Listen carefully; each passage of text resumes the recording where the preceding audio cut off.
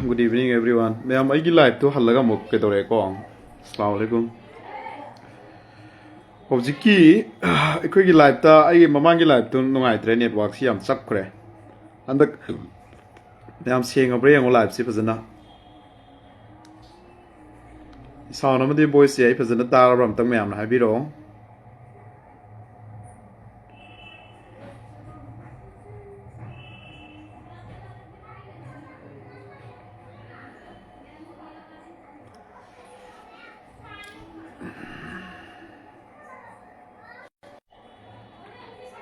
Hojiki DP singi matang ido istilena singa I ko na video mai upload to zerage.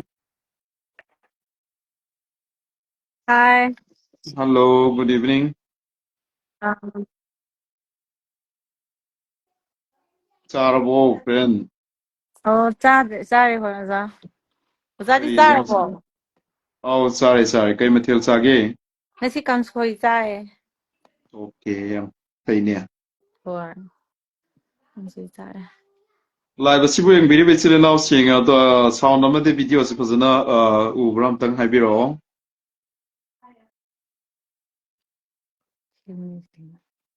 Mamangi live to ay network to yam nungay kidre. Duga nasige live asibu yung biri bitsili na using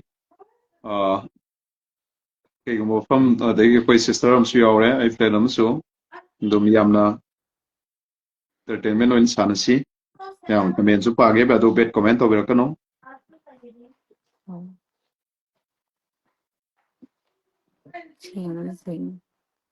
Usig ing nga bo Manipur da. Sing da bo ing nga bo. Ing Bakra Hore. Yam Oh. Krakra Hore.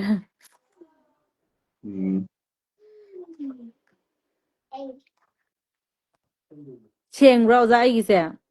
Sing no iwi. No. I see net Krakra no ida Bagiko. Maybe a problem Kralay Baga.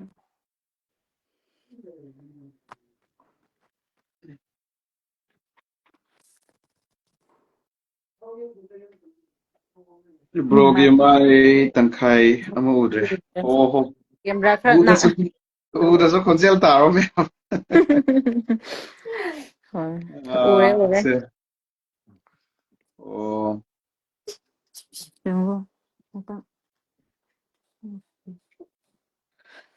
Sister haina. Uzi friend naigi Facebook account se kana gumbana. Yamna entertainment no ba sum nong ko to family gi kai gi pullaga chat pakot pathagat baje. Tran ngang sum yam yawe aduga. Masi migi personal aduga migi personal gi migi privacy ikoi privacy si loi lai ribni ko. Sumba de ngang ko na de no ko do.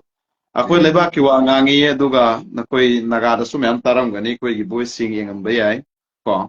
Ado ai ngang is labong si po ba other communities natraga Nagada natraga na Meitei da natraga Pangal da exactly ay migi communities natraga migi dharma da palaga ngang badi yawro mo ite koi ngang siya. Hoi yaudi. Ozana adukuba community amagi wa kaimdusu ngangba laite. Family gi oiro entertainment thagatpadi mi oibanina adudi thadawni kaino. Aduda Ozagi life city akoina asum jingda oirasu jingami oirasu akoina Ozagi life se aina adum thaba khuding matam khuding na aina adum yenga laiyebako. Ozangonda yam tagatli Ozana afhaba wahai afhadawba Manipurgi oiro amagi oiro afhaba lom ngangbibagidamagta aisu Ozagi life se hek thari aina adum tatana yenga laibane singimi miyamsu aigi marup mayam laye akoi family se adum yenga laibane Ozana life Thank thani you. akoi family na so as Ozagi life laena Ozai damabu yam tagatli mipun khudingmak Eikhoi Chingmee singnasu Ozabu yam pame ngangliba mayamse achumba akoigi future gi oiba generation gi yamna aise haidi adu kubmi yam valuable oiba wa Ozana ngangba Manipur da lairiba mayamgi peace oibagi oiro Manipur da lairiba miyamda mi loina mamakhaktani religion palaga adagi ngangkhiba mi communal oiba wa ngangkhiba su laizade Ozana ngangliba mayamsida aduna Thank Ozabon you. yamna thagali Ozana Manipur gi damakso peace oinaba ꯋꯥꯐꯝ ꯈꯔ ꯑꯗꯨꯝ ꯍꯪꯕ ꯈꯨꯗꯤꯡ ꯉꯥꯡꯔꯤꯕꯗꯣ ꯑꯩꯈꯣꯏꯅꯁꯨ ꯌꯥꯝꯅ ꯄꯥꯝꯖꯕ ꯍꯥꯏꯇꯥꯔꯦꯀꯣ ꯑꯣꯖꯥ ꯑꯣꯖꯥꯅ ꯍꯣꯏ ꯍꯣꯏ ꯉꯥꯡꯔꯛꯄꯗ ꯑꯣꯖꯥꯅ ꯔꯤꯂꯤꯖꯟ ꯂꯣꯝꯗ ꯍꯥꯏꯔꯗꯤ ꯑꯃ ꯔꯤꯂꯤꯖꯟ ꯍꯨꯜꯂꯒ ꯑꯃ ꯀꯝꯃ꯭ꯌꯨꯅꯤꯇꯤ ꯑꯃꯗ ꯍꯨꯜꯂꯒ ꯉꯥꯡꯈꯤꯕ ꯂꯩꯗꯕꯗꯣ ꯑꯗꯨꯒꯤꯗꯃꯛꯇ ꯑꯣꯖꯥꯕꯨ ꯌꯥꯝꯅ ꯑꯩꯈꯣꯏ ꯌꯥꯝ ꯁꯞꯄꯣꯔꯠ ꯇꯧꯖꯔꯤ ꯍꯥꯏꯅ ꯑꯣꯖꯥꯉꯣꯟꯗ ꯑꯩꯅ ꯍꯥꯏꯖꯅꯤꯡꯂꯒ ꯉꯁꯤꯒꯤ ꯂꯥꯏꯐꯇ ꯑꯩꯅ ꯑꯣꯖꯥꯉꯣꯟꯗ ꯑꯗꯨꯝ ꯉꯥꯏꯔꯒ ꯂꯩꯔꯤꯕꯅꯤ Thank you, ꯌꯥꯝꯅ thank you. ꯑꯣꯖꯥꯕꯨ ꯌꯥꯝ ꯅꯨꯡꯁꯤꯌꯦ I love you just a friend ꯑꯣꯖꯥꯒꯨꯝꯕ ꯄꯨꯛꯅꯤꯡ ꯆꯥꯎꯕ ꯁꯦꯡꯕ ꯑꯐꯕ ꯃꯤ ꯊꯦꯡꯅꯕ ꯐ꯭ꯔꯦꯟꯁ ꯑꯃ ꯑꯣꯏꯕ ꯑꯗꯒꯤ ꯑꯣꯖꯥꯅ ꯃꯤꯌꯥꯝꯗ ꯁꯨꯃꯥꯏꯅ ꯍꯥꯏꯕꯁꯦ ꯌꯥꯝ ꯊꯥꯒꯠꯂꯤ ꯍꯥꯏꯅ ꯑꯩꯅ ꯐꯣꯡꯗꯣꯛꯏ ꯑꯣꯖꯥ ꯌꯥꯝ ꯐꯔꯦ Thank you, thank you. As a friend, I love you too. I loina walls the ꯑꯩꯅ labor. ꯁꯨꯃꯥꯏꯅ ꯍꯥꯏꯅꯤꯡꯉꯦ ꯃꯤ ꯂꯣꯏꯅꯃꯛꯁꯨ ꯁꯨꯃꯥꯏꯅ ꯍꯣꯏ ꯂꯣꯏꯅꯃꯛꯁꯨ ꯁꯨꯃꯥꯏꯅ ꯈꯜꯂꯝꯕ ꯂꯩꯌꯦ ꯑꯗꯨꯕꯨ ꯃꯤꯑꯣꯏꯕ ꯍꯥꯏꯕꯅꯤꯅ ꯀꯩ ꯍꯥꯏꯁꯤꯔꯥ ꯂꯣꯏꯅꯃꯛ ꯄꯥꯝꯕꯗꯨ ꯂꯣꯏꯅ ꯄꯥꯝꯗꯕꯅꯤꯅ ꯚꯦꯠ ꯀꯨꯃꯦꯟꯁꯀꯨꯝꯕꯗꯤ ꯍꯥꯏꯔꯛꯄꯁꯨ ꯂꯩꯔꯝꯒꯅꯤ ꯑꯗꯨꯕꯨ ꯑꯣꯖꯥ ꯑꯣꯖꯥꯈꯣꯏꯗꯤ ꯑꯗꯨꯒꯨꯝꯕꯗꯣ ꯀꯩꯁꯨ ꯃꯌꯥꯝ ꯂꯩꯔꯁꯨ ꯀꯩꯁꯨ ꯈꯟꯅꯤꯡꯉꯥꯏꯕꯨꯗꯤ ꯂꯩꯇꯦꯀꯣ ꯑꯩꯈꯣꯏ Hoi hoi. ꯏꯁꯤꯡ ꯃꯤꯅ ꯑꯣꯖꯥꯕꯨ ꯌꯥꯝ ꯄꯥꯝꯃꯦ Okay. ꯃꯅꯤꯄꯨꯔꯗꯁꯨ ꯑꯣꯖꯥꯅ ꯍꯥꯏꯅ ꯂꯣꯏꯅ ꯄꯤꯁ ꯄꯨꯔꯛꯄ ꯉꯝꯂꯗꯤ ꯍꯦꯟꯅ ꯅꯨꯡꯉꯥꯏꯅꯤ ꯑꯣꯖꯥ ꯑꯣꯖꯥꯅ ꯉꯥꯡꯔꯛꯄ Ekhoi, ꯃꯌꯥꯝꯁꯦ ꯑꯩꯈꯣꯏ ꯇꯥꯕꯗ ꯋꯥꯈꯜ ꯏꯄꯦꯟ ꯄꯦꯜꯂꯦ thank you, thank you. Hoju ka hena haijarobo natte thamoi sengna iramdamdo achak kumaidagi heinaba iramdamda miyoi kya lai dugo achak kumaidu muthatnaba sing chaibinaba kanbinaba aduguma misak singdi tangi haigib tare ngasi iramdamda chakliba la maise si muthatnaba masing yamamagadi ngasi iramdamda mai chaoi Any sidi chingi tamgi awabagi loinamakta awaba sarug yaminabani ado maisi muthatse haiba taragadi muthatnaba mina masing yamna michitang khoma mathou tae biramdamda Chingmee silinau singna aina andak manipur la ambada northeast la ambada dimapur da natragana assam manungda aibo angang macha macha na phu khangbiyeba ai ama mitte pita ki matamdu ko angang macha na su other communities singi communities adagi atai mꯌꯥꯝ ꯑꯃꯅꯁꯨ ꯀꯩꯗꯧꯕꯤꯈꯤꯑꯕ ꯈꯪꯉꯒ ꯁꯤꯗꯤ ꯁꯤꯗ ꯋꯥ ꯉꯥꯡꯕꯗꯨꯅꯦꯅ ꯃꯌꯥꯝꯅ ꯑꯗꯨꯃꯥꯏꯅ ꯈꯪꯉꯤ ꯑꯩꯈꯣꯏꯗ ꯂꯥꯛꯄꯗ ꯌꯦꯡꯅꯩꯌꯦꯕ ꯑꯗꯣ ꯑꯩꯅ ꯊꯝꯖꯔꯤꯕ ꯄꯥꯟꯗꯝꯗꯤ ꯑꯆꯥꯛꯄ ꯃꯩꯁꯤ ꯁꯤꯒꯤ ꯑꯆꯥꯛꯄ ꯃꯤꯗ ꯊꯥꯎ ꯍꯩꯖꯜꯂꯕꯒꯤ ꯍꯩꯖꯟꯅꯕ ꯃꯤꯗꯤ ꯃꯁꯤꯡ ꯌꯥꯝ ꯂꯩ ꯑꯗꯣ ꯃꯩꯁꯤ ꯃꯨꯊꯠꯅꯕ ꯏꯁꯤꯡ ꯆꯥꯏꯕꯤꯅꯉꯥꯏ ꯃꯤꯗꯤ ꯂꯩꯇꯦꯕ ꯑꯗꯨꯅꯦꯕ ꯑꯩꯅ ꯊꯤꯔꯛꯏꯁꯤꯗꯤ ꯃꯁꯤꯡ ꯑꯩꯈꯣꯏꯒꯤ ꯀꯝꯃꯨꯅꯤꯇꯤꯁ ꯑꯃꯈꯛꯅ ꯏꯁꯤꯡ ꯆꯥꯏꯕ ꯌꯥꯔꯣꯏꯕ ꯑꯣꯜ ꯂꯩꯔꯤꯕ ꯖꯥꯇꯤ 35 ꯂꯩꯔꯤꯕ ꯔꯤꯂꯤꯖꯤꯌꯁ ꯑꯩꯈꯣꯏꯒꯤ ꯀꯝꯃꯨꯅꯤꯇꯤꯁ 35 ꯂꯩꯔꯤꯕ 34 ꯂꯩꯔꯤꯁꯦ ꯁꯤ ꯄꯨꯟꯅꯃꯛꯅ ꯏꯁꯤꯡ ꯁꯣꯛꯑꯒ ꯍꯩꯃꯤꯟꯅꯕ ꯃꯊꯧ ꯇꯥꯏ ꯑꯗꯨꯏ ꯃꯇꯝꯗ ꯕ꯭ꯔꯤꯡ ꯇꯨ ꯑꯩꯈꯣꯏꯒꯤ ꯄꯤꯁꯁꯤ ꯄꯨꯔꯛꯀꯅꯦꯕ ꯃꯅꯤꯄꯨꯔꯗ ꯁꯥꯟꯇꯤ ꯑꯣꯏꯔꯛꯀꯅꯦꯕ ꯑꯗꯨꯅꯤ ꯑꯗꯨꯗ ꯑꯩꯈꯣꯏꯒꯤ ꯀꯅꯥꯒꯨꯝꯕꯅ ꯑꯩꯅ IDP ꯁꯤꯡꯒꯤ ꯃꯇꯥꯡꯗ ꯋꯥꯐꯝ ꯊꯝꯈꯤ ꯑꯗꯣ ꯁꯦꯡꯅ ꯅꯨꯡꯉꯥꯏꯖꯗꯕꯒꯤꯅꯤ ꯑꯗꯣ ꯀꯔꯤꯒꯨꯝꯕ ꯈꯔꯁꯨ ꯃꯃꯥꯡꯗ ꯑꯩꯉꯣꯟꯗ ꯃꯇꯦꯡ ꯈꯔ ꯄꯥꯡꯕꯤꯌꯣꯅ IDP ꯁꯤꯡꯒꯤ ꯍꯥꯏꯕꯅꯤ ꯑꯗꯣ ꯑꯩ ꯉꯝꯖꯍꯧꯗꯦ ꯀꯔꯤꯒꯨꯝꯕꯗ ꯑꯩꯅ ꯖꯣꯕ ꯀꯟꯁꯜꯇꯦꯟꯁꯤ ꯇꯧꯔꯤꯉꯩꯗꯗꯤ IDP ꯁꯤꯡꯒꯤ ꯇꯤꯀꯦꯠ ꯄ꯭ꯔꯣꯚꯥꯏꯗ ꯇꯧꯗꯨꯅ ꯑꯩ ꯉꯝꯕ ꯃꯈꯩ ꯄꯥꯡꯖꯈꯤ ꯑꯗꯨꯒꯤ ꯃꯇꯨꯡꯗꯒꯤꯗꯤ ꯑꯩ ꯉꯝꯗꯦ ꯑꯗꯣ ꯕꯣꯏ ꯀꯂꯝ ꯂꯩꯕꯤꯌꯣꯅ ꯍꯥꯏꯕꯗ ꯑꯩꯁꯤ ꯅꯣꯡꯃ ꯅꯠꯇ꯭ꯔꯒ ꯅꯣꯡꯃꯗꯤ ꯑꯩ ꯄꯥꯡꯖꯒꯦꯅ ꯈꯟꯕꯅꯤ ꯑꯗꯣ ꯑꯩꯁꯨ ꯍꯧꯖꯤꯛꯁꯤ ꯖꯤꯔꯣꯅꯤ ꯑꯩ ꯐꯥꯏꯅꯥꯟꯁꯤꯌꯦꯜ ꯌꯥꯝꯅ ꯁꯣꯜꯂꯤ ꯑꯗꯣ ꯑꯩꯕꯨ ꯅꯨꯡꯁꯤꯕꯤꯕ ꯑꯦꯖ ꯑꯦ ꯁꯣꯁꯤꯌꯦꯜ ꯋꯥꯔꯀꯔ ꯑꯗꯨꯗꯒꯤ ꯀꯅꯥꯒꯨꯝꯕꯁꯤꯡꯅ ꯅꯪꯉꯣꯟꯗ ꯅꯪꯅ ꯇꯧꯖꯅꯤꯡꯉꯤꯕꯗꯨꯗ ꯅꯪꯒꯤ ꯃꯇꯦꯡ ꯑꯣꯏꯅꯕ ꯅꯪꯒꯤ ꯑꯩ ꯄꯥꯔꯁꯣꯅꯦꯜ ꯑꯣꯏꯅ ꯃꯣꯏꯅ ꯄꯤꯖꯔꯛꯄꯅꯤ ꯑꯗꯨꯕꯨ ꯑꯩꯅ ꯑꯗꯨꯒꯤꯗꯨꯗꯒꯤꯀꯔꯤꯒꯨꯝꯕ ꯈꯔꯗꯤ IDP ꯁꯤꯡꯁꯤꯗ ꯑꯩ ꯄꯤꯒꯦ ꯍꯥꯏꯕꯁꯦ ꯑꯩꯒꯤ ꯅꯦꯠꯇ ꯑꯩꯒꯤ ꯋꯥꯈꯜꯗ ꯁꯦꯞ ꯇꯧꯈ꯭ꯔꯦꯕ ꯀꯅꯥꯒꯨꯝꯕ ꯏꯆꯤꯜ ꯏꯅꯥꯎꯁꯤꯡ ꯑꯩ ꯁꯤꯒꯤ ꯚꯤꯗꯤꯑꯣ ꯂꯥꯏꯚꯁꯤ ꯂꯣꯏꯔꯒ ꯑꯩ ꯍꯌꯦꯡꯒꯨꯝꯕ ꯚꯤꯗꯤꯑꯣ ꯁꯦꯝꯖꯔꯛꯀꯦ ꯑꯗꯨꯒꯤ ꯚꯤꯗꯤꯑꯣꯗꯨꯗ IDP ꯁꯤꯡꯗ ꯃꯇꯦꯡ ꯄꯥꯡꯅꯤꯡꯕ ꯂꯩꯔꯗꯤ ꯑꯗꯨꯝ ꯇ꯭ꯔꯥꯟꯁꯄꯦꯔꯦꯟ ꯑꯣꯏꯅ ꯑꯗꯨꯁꯨ ꯄꯥꯡꯕꯤꯌꯨ ꯑꯗꯨꯒ ꯑꯩꯅꯁꯨ ꯑꯉꯝꯕ ꯄꯥꯡꯒꯅꯤ ꯑꯗꯣ ꯑꯩꯗꯤ ꯃꯤ 10 ꯈꯛꯀꯤ ꯄꯥꯡꯉꯣꯏ ꯃꯤ 70,000 ꯇꯣꯇꯦꯜꯂꯤ 60,000 ꯃꯌꯨꯝ ꯃꯀꯩ ꯂꯩꯅ ꯂꯩꯕ ꯐꯪꯖꯗꯕ ꯃꯅꯤꯄꯨꯔꯗ ꯈ꯭ꯋꯥꯏꯗꯒꯤ ꯇꯣꯟꯕ ꯈ꯭ꯋꯥꯏꯗꯒꯤ ꯇꯥꯕꯁꯤ ꯃꯁꯤꯅꯤ ꯃꯁꯤꯒꯤ IDP ꯁꯤꯡꯁꯤꯗ ꯃꯇꯦꯡ ꯄꯥꯡꯕꯗ ꯄꯥꯡꯅꯤꯡꯕ ꯏꯆꯤꯜ ꯏꯅꯥꯎꯁꯤꯡ ꯂꯩꯔꯒꯗꯤ ꯑꯗꯨꯁꯨ ꯑꯗꯨꯝ ꯍꯥꯏꯕꯤꯔꯛꯑꯣ ꯑꯃꯗꯤ ꯄꯥꯡꯕꯤꯔꯛꯑꯣ ꯌꯥꯒꯅꯤ ꯑꯩꯒꯤ ꯑꯣꯏꯅꯗꯤ ꯃꯌꯥꯝ ꯄꯥꯡꯉꯛꯄ ꯄꯥꯡꯉꯛꯇꯕ ꯅꯥꯏꯗꯅ ꯑꯩꯗꯤ ꯄꯥꯡꯂꯒꯅꯤ ꯍꯥꯏꯕꯁꯤ ꯁꯨꯃꯥꯏꯅ ꯊꯝꯖꯒꯦ ꯑꯗꯨꯅꯤ ꯁꯤꯁꯇꯔ ꯑꯗꯨꯅ ꯁꯤꯅ ꯃꯤꯌꯥꯝꯗ ꯀꯔꯤ ꯁꯤꯒꯨꯝꯕ ꯑꯃ ꯑꯩ ꯉꯁꯥꯏ ꯂꯥꯏꯐ ꯃꯃꯥꯡꯒꯤꯗꯁꯨ ꯍꯥꯏꯕꯅꯦ ꯑꯗꯨ ꯉꯝꯍꯧꯗ꯭ꯔꯦ ꯍꯧꯖꯤꯛꯁꯤ ꯑꯩꯈꯣꯏꯒꯤ ꯆꯤꯡꯗꯗꯤ ꯅꯤꯡꯊꯝꯊꯥꯁꯤ ꯑꯣꯏꯔꯦ ꯍꯥꯏꯔꯦ ꯑꯗꯣ ꯐꯖꯅ ꯏꯪꯉꯕꯣ ꯍꯧꯖꯤꯛꯄꯨ ꯃꯅꯤꯄꯨꯔꯗ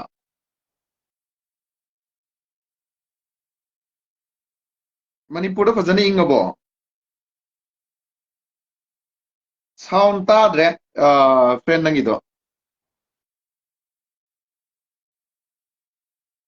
natte nangi sound tadre mayam tabro kuye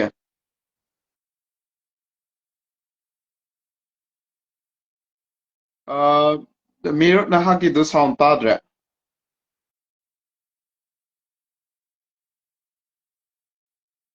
sound tagidre nangido mayam tabro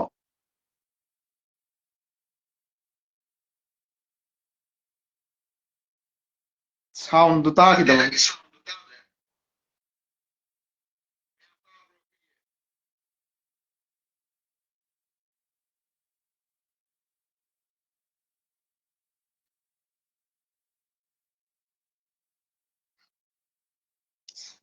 sound tadre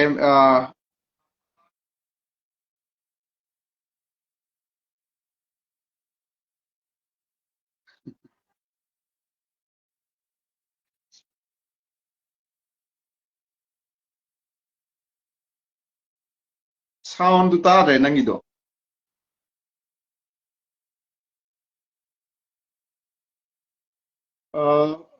my friend mir nangi sound tadre ina ojik kedosi mayam taram do mande nangi sound tadre ba nang muthatnamira natragana kaigino sound do tadre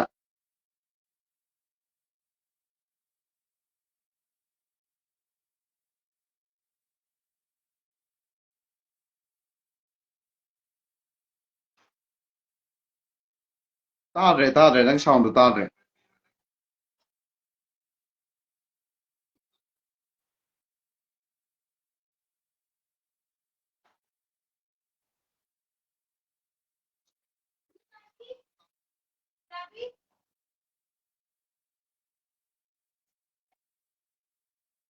mai sound nungai ki drama le mayam ko aduna ai halaga bok yawjurasunu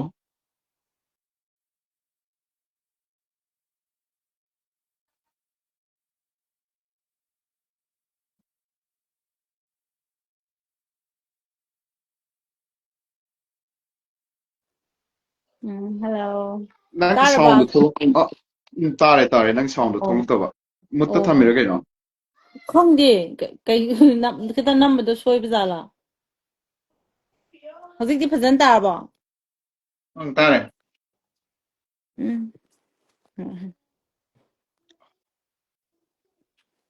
ꯌꯥꯔꯦ ꯇꯥꯔꯦ aduni ꯑꯩꯈꯣꯏꯒꯤ ꯆꯤꯡꯒꯤ ꯁꯤꯁꯇꯔꯁꯤꯡ ꯑꯗꯒꯤ ꯃꯌꯥꯝꯁꯤꯡꯅ ꯀꯃꯦꯟ ꯑꯗꯒꯤ share ꯇꯧꯕꯤꯕ ꯑꯃꯗꯤ followers ꯃꯌꯥꯝ ꯑꯃ ꯑꯩ ꯊꯦꯡꯅꯖꯩ ꯌꯥꯝ ꯑꯩ ꯊꯦꯡꯛꯁ ꯇꯧꯏ ꯀꯅꯥꯒꯨꯝꯕꯁꯤꯡꯅ ꯅꯍꯥꯛꯅ ꯉꯁꯥꯏ ꯍꯥꯏꯕꯗ ꯅꯦꯒꯦꯇꯤꯚ ꯍꯥꯏꯕꯁꯤꯗꯤ ꯍꯣꯏ ꯌꯥꯎꯏ ꯑꯗꯨꯕꯨ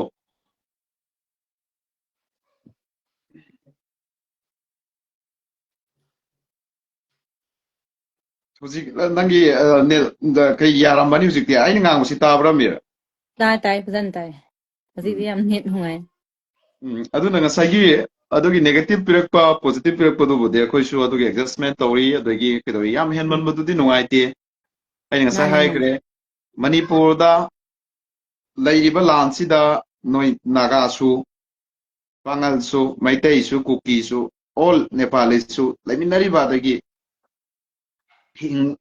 ꯂꯩꯃꯤꯟꯅꯔꯤꯕ ꯑꯣꯜ ꯀꯝꯃꯨꯅꯤꯇꯤꯁꯤ ꯂꯣꯏ ꯋꯥꯔꯤꯕꯅꯦꯕ ꯅꯠꯇ꯭ꯔꯥ ꯃꯥꯅꯦ ꯃꯥꯅꯦ ꯋꯥꯕꯁꯤ ꯆꯥꯛꯏꯕ ꯃꯩꯁꯤ ꯑꯩꯈꯣꯏꯒꯤ ꯌꯦꯡꯉꯒ ꯂꯩꯕ ꯈꯔ ꯑꯃꯅ ꯃꯅꯨꯡꯗ ꯆꯥꯛꯃꯤꯟꯅꯕ ꯈꯔ ꯑꯃꯅ ꯀꯟꯅꯕ ꯍꯣꯠꯅꯕ ꯁꯦꯞ ꯇꯧꯅꯕ ꯂꯣꯡ ꯂꯤꯞ ꯃꯅꯤꯄꯨꯔ ꯀꯥꯏꯕ ꯌꯥꯔꯣꯏ ꯍꯥꯏꯕ ꯃꯤꯁꯤꯡ ꯃꯅꯤꯄꯨꯔꯁꯤꯗ ꯃꯩ ꯆꯥꯛꯏꯁꯤ ꯆꯥꯛꯄ ꯌꯥꯔꯣꯏ ꯍꯥꯏꯕ ꯃꯤꯁꯤꯡ ꯑꯗꯨꯒ ꯃꯌꯨꯝ ꯂꯩꯅ ꯂꯩꯕ ꯐꯪꯗ꯭ꯔꯤꯕ ꯃꯤꯁꯤꯡ ꯁꯤꯒꯤꯁꯤꯡꯁꯦ ꯑꯩꯈꯣꯏꯒꯤ ꯌꯥꯝꯅ ꯊꯣꯛꯂꯛꯑꯒ ꯑꯩꯈꯣꯏꯅ ꯃꯗꯨꯒꯤꯗꯨꯗ ꯌꯥꯝ ꯑꯀꯥꯟꯗꯅꯦꯕ ꯃꯅꯤꯄꯨꯔ ꯁꯥꯟꯇꯤ ꯑꯣꯏꯗꯧꯁꯤ ꯑꯣꯜ ꯀꯝꯃꯨꯅꯤꯇꯤꯁꯇꯒꯤ ꯃꯥꯅꯦ ꯑꯗꯣ ꯀꯅꯥꯒꯨꯝꯕꯅ ꯑꯩꯈꯣꯏꯅ ꯋꯥ ꯍꯥꯏꯔꯛꯑꯅꯣꯌꯦ ꯑꯩ ꯃꯅꯤꯄꯨꯔꯅꯦ ꯑꯩ ꯃꯅꯤꯄꯨꯔ ꯄꯣꯏꯕ ꯀꯔꯤꯒꯤ ꯑꯩ ꯃꯅꯤꯄꯨꯔ ꯋꯥ ꯉꯥꯡꯉꯣꯏꯗꯣꯏꯅꯣ ꯁꯤꯅꯤ ꯑꯩꯅ ꯈꯜꯂꯤꯁꯤꯅ ꯑꯃꯨꯛꯀ ꯑꯩ ꯇꯣꯛꯑꯒꯦ ꯈꯜꯂꯝꯃꯦꯕ ꯃꯔꯝ ꯑꯃꯅ ꯑꯁ ꯀꯔꯤ ꯇꯧꯔꯗꯧꯅꯣ ꯃꯁꯤꯗ ꯀꯔꯤ ꯉꯥꯡꯉꯒ ꯀꯔꯤ ꯀꯥꯟꯅꯗꯧꯔꯤꯅꯣ ꯑꯩꯈꯣꯏ ꯉꯥꯡꯉꯤꯁꯦ ꯑꯩꯈꯣꯏꯒꯤ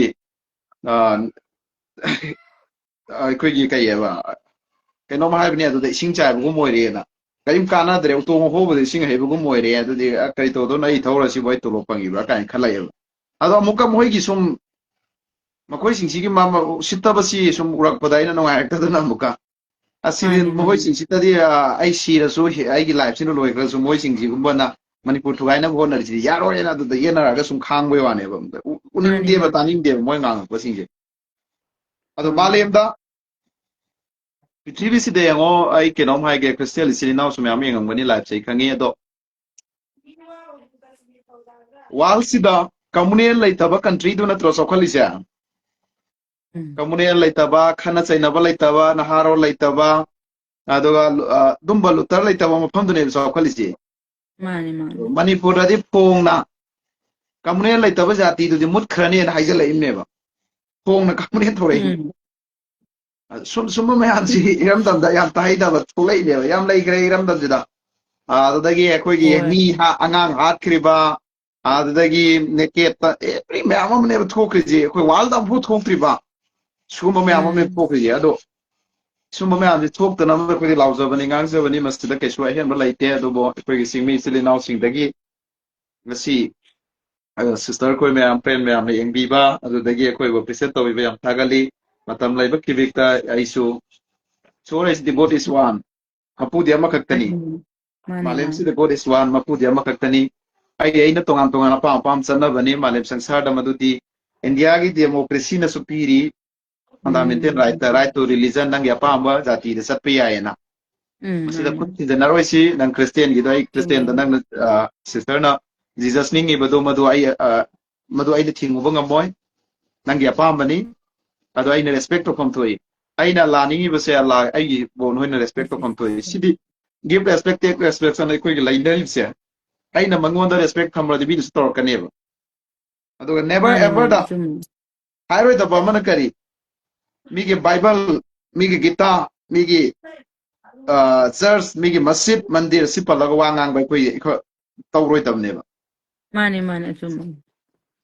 aduni sumaira ai thamjage adum sister gi su phongingba mot hainingba lerate adum haibiyo kai kai gum message piningba natraga entertainment lerate adum haibiyo Entertainment tawse wapam haisra miyam. Asise ozana haiba miyam si yam achumba wapam di oibane.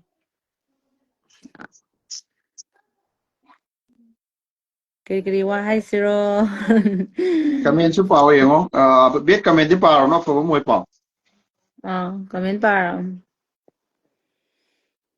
nangi Bit du phone comment do di kitang la kaiba. pho di screen do follow gadan phone kitang la pho Ur di uraba. kitang la pho phone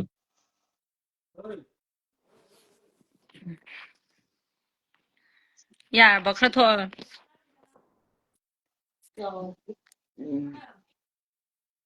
ngai khoi nge song ama Yam sagla nak o na harine ubra. ude Kay manak tharo hai. nakaga uriye ado kitang la pho di kido gadawne Ngai ko ko in. Yarbo miyam khat thap raba. song ama sagla o sar boiso oh sare sana tomba sare Ngasi full di Sunday support ni na entertainment kami every time tawsira lagi live ta. oh hujik kito maina hujik kito maina okay Yes, okay yarba. kitang nate yadra amuka kido nangi apple ni kaino nangi apple da di loy urangani kaino Loi uwe. Brody.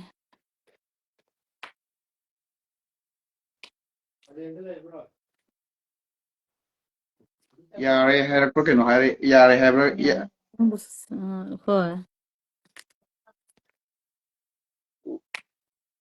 Songs ya di hai siya. isai fazabam ta saglo sister entertainment isai ji am haira krene isai je Same da isai am sakero. saglo are sai fazabam ta saktaro ne ai dai Budi ke sakta haidi haite adubo miyamna isai sa'o haibina ujagi live su ngasi Sunday gi oina ina changrabnina haidrasu ama sakpige miyamna support tawbiyu ko sawbi yade. okay okay ꯑꯩꯁꯤꯅ Manipuri ꯏꯁꯩ ꯑꯃ ꯁꯛꯄꯤꯔꯒꯦꯀꯣ ꯃꯌꯥꯝ ꯁꯛꯑꯒꯦꯀꯣ so entertainment ꯑꯣꯏꯅ ꯅꯪ ꯈꯛꯇꯅꯤ ꯑꯩꯒꯤꯗꯤ ꯃꯥꯂꯦꯝꯗ ꯑꯩ ꯈꯛꯇꯅꯤ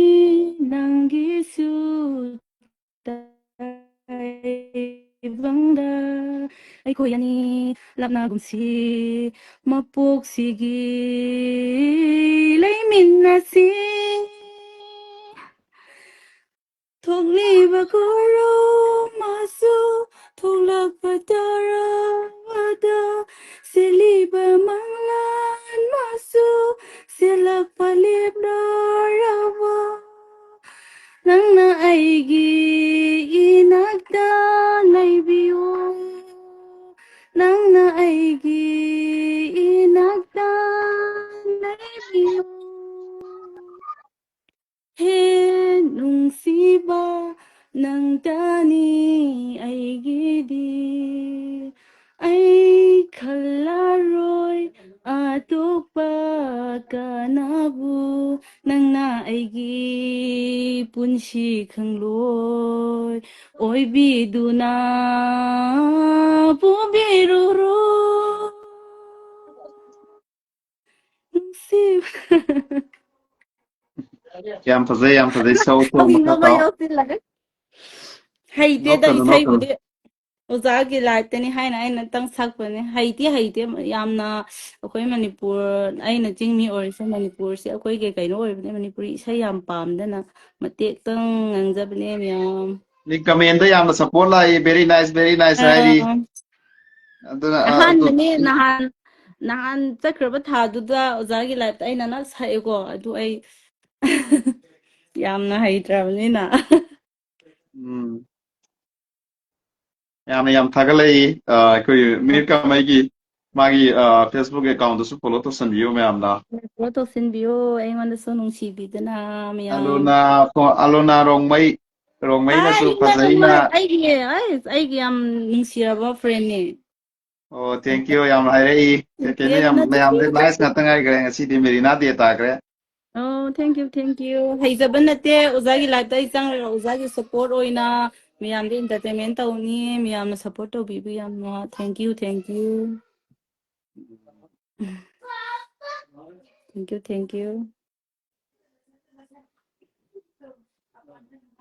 Sei ka sang na mato ga fazana sakpi da dinu ngai gre mayam se. Hey. ꯀꯩ ꯏꯁꯩ Oh, ꯁꯛꯑꯣ hey ꯍꯥꯏꯅꯣ please. ꯑꯩꯗꯤ ꯍꯩꯇꯦꯕꯀꯣ ꯀꯔꯤ ꯏꯁꯩ ꯍꯥꯏꯕꯅꯣ Sei apamba so. ꯏꯃꯥꯟꯅꯕꯤꯅ ꯑꯃ ꯍꯥꯏꯔꯛꯑꯦ ꯑꯗꯣ ꯁꯛꯁꯦꯔꯥ So. ꯃꯥꯅ ꯃꯦꯁꯦꯁꯇꯣ ꯑꯩꯉꯣꯟꯗ ꯊꯥꯔꯛꯑ ꯌꯦꯡꯒꯦꯀꯣ ꯃꯁꯤ ꯌꯥꯝꯅ ꯅꯨꯡꯉꯥꯏꯕ ꯑꯃ ꯑꯩꯈꯣꯏꯒꯤ ꯆꯤꯡꯃꯤꯁꯤꯡꯅ ꯌꯥꯝꯅ ꯑꯩꯕꯨ ꯅꯨꯡꯁꯤꯕꯤꯕ ꯑꯃꯗꯤ ꯆꯤꯡꯗ ꯂꯩꯕ ꯑꯩꯈꯣꯏ ꯇ꯭ꯔꯥꯏꯕꯦꯜ ꯆꯠꯄ ꯏꯆꯤꯜ ꯏꯅꯥꯎꯁꯤꯡꯅ ꯑꯩꯕꯨ ꯁꯞꯄꯣꯔꯠ ꯇꯧꯕꯤꯕ ꯑꯗꯒꯤ ꯃꯈꯣꯏ ꯃꯌꯥꯝꯅ ꯑꯩꯒꯤ ꯚꯤꯗꯤꯑꯣ ꯌꯦꯡꯕꯤ ꯍꯥꯏꯕ ꯑꯩ ꯌꯥꯝ ꯊꯥꯒꯠꯆꯩ ꯑꯣꯜ ꯃꯅꯤꯄꯨꯔꯗ ꯂꯩꯔꯤꯕ ꯈ꯭ꯔꯤꯁꯇꯦꯟ ꯏꯆꯤꯜ ꯏꯅꯥꯎꯁꯤꯡꯕꯨꯁꯨ ꯊꯥꯒꯠꯄ ꯐꯣꯡꯗꯣꯛꯆꯔꯤ ꯃꯥꯅꯤ ꯃꯇꯦꯛ ꯑꯃꯇ ꯀꯩꯅꯣ ꯑꯣꯏꯒꯦ ꯁꯛꯀꯦ ꯑꯣꯀꯦ ꯁꯛꯄꯤꯔꯣ ꯑꯝꯇꯪ ꯉꯥꯏꯈꯣꯀꯣ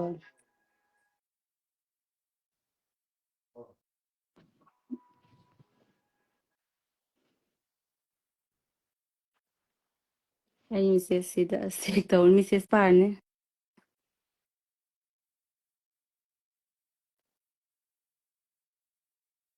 ꯑꯩꯒꯤ ꯁꯤꯅ ꯁꯨꯝ ꯁꯦꯡꯅ ꯎꯕ꯭ꯔꯥ ꯎꯏ ꯑꯩꯁꯤ ꯉꯁꯤ ꯅꯦꯠ ꯈꯔ ꯅꯨꯡꯉꯥꯏꯕ ꯃꯐꯝꯗ ꯔꯨꯝꯗ ꯂꯩꯔꯤꯕꯅꯤꯅꯦ Abdul ꯑꯁ Hamid net one more hari Abdul Hamid na one more hari amtanga hari ꯑꯝꯇꯪ ꯍꯥꯏꯔꯤꯕ꯭ꯔꯣ ꯑꯁ ꯁꯛꯄ ꯍꯩꯕꯁꯨ Uzaning basaktam nungsiba idu tagloy Abdurrahman ꯑꯩ ꯌꯥꯝ ꯍꯩꯇ꯭ꯔꯦ ꯏꯁꯩ ꯃꯊꯪꯗ ꯐꯖꯅ ꯁꯛꯄ ꯍꯩꯅꯤꯡꯉꯥꯏ ꯈꯔ ꯍꯣꯠꯅꯖꯒꯦ ꯑꯩꯅ ꯃꯤꯇꯩꯂꯣꯟ ꯉꯥꯡꯕꯁꯨ ꯌꯥꯝ ꯁꯦꯡꯗꯕꯅꯤ ꯃꯌꯥꯝꯅ Oh ꯏꯃꯥꯟꯅꯕꯤꯅ ꯍꯥꯏꯔꯛꯄ ꯑꯃ ꯃꯥꯅ ꯁꯛꯄꯤꯌꯣ ꯍꯩꯗ꯭ꯔꯁꯨ ꯍꯥꯏꯕ ꯑꯃꯝꯇ ꯁꯛꯑꯒꯦ ꯃꯌꯥꯝ ꯃꯊꯪꯗ ꯁꯤ Nangdi ngasai camera ado ngasai kedawdo bain thamo senga kedawdo wan ma'am loi ꯃꯊꯪꯗꯅ uraba ꯌꯥꯔꯕ ꯎꯝ ꯃꯊꯪꯗ ꯁꯛꯄꯤꯌꯣ ꯍꯥꯏꯕ ꯏꯁꯩꯗꯣ ꯍꯩꯖꯗ꯭ꯔꯁꯨ ꯑꯦꯟꯇꯔꯇꯦꯟꯃꯦꯟ ꯑꯣꯏꯅ ꯑꯣꯖꯥꯒꯤ ꯂꯥꯏꯐꯇ ꯆꯪꯕꯤꯗꯅ ꯑꯩꯅ ꯃꯊꯪꯗ ꯁꯛꯄꯤꯌꯣ ꯍꯥꯏꯕꯗꯣ ꯀꯣꯃꯦꯟꯗ ꯗ꯭ꯔꯣꯞ ꯇꯧꯕꯤꯔꯝꯃꯣ ꯃꯊꯪꯗ ꯉꯝꯅꯕ ꯑꯩ ꯍꯣꯏ Alona Chingmee Tammee amakakta ni hai chumi thank ꯆꯨꯝꯃꯦ you ꯆꯨꯝꯃꯦ ꯑꯃꯈꯛꯇꯅꯤ ꯃꯥꯅꯤ ꯏꯃꯥꯟꯅꯕꯤꯅ ꯑꯃ ꯍꯥꯏꯔꯛꯄ ꯃꯌꯥꯝ ꯁꯦꯒꯥꯏꯔꯦ ꯊꯃꯣꯏ ꯑꯃ ꯁꯛꯄꯤꯒꯦ ꯃꯥꯗꯣ ꯑꯗꯨ ꯌꯥꯝ ꯄꯥꯝꯃꯤ ꯍꯥꯏ Okay ꯁꯛꯀꯦꯀꯣ ꯍꯩꯇ꯭ꯔꯁꯨ ꯈꯣꯟꯖꯦꯜꯗ ꯇꯥꯔꯅꯨ कायदे याम फजैदा याम फै ꯊꯛꯑꯒꯦꯀꯣ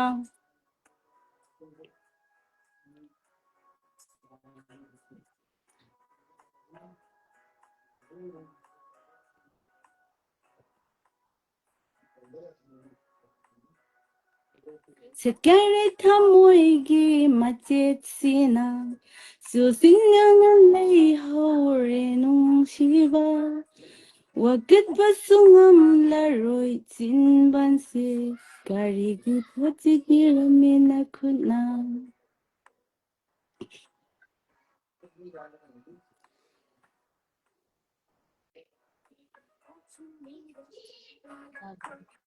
ꯌꯥꯗꯕ꯭ꯔꯣ hello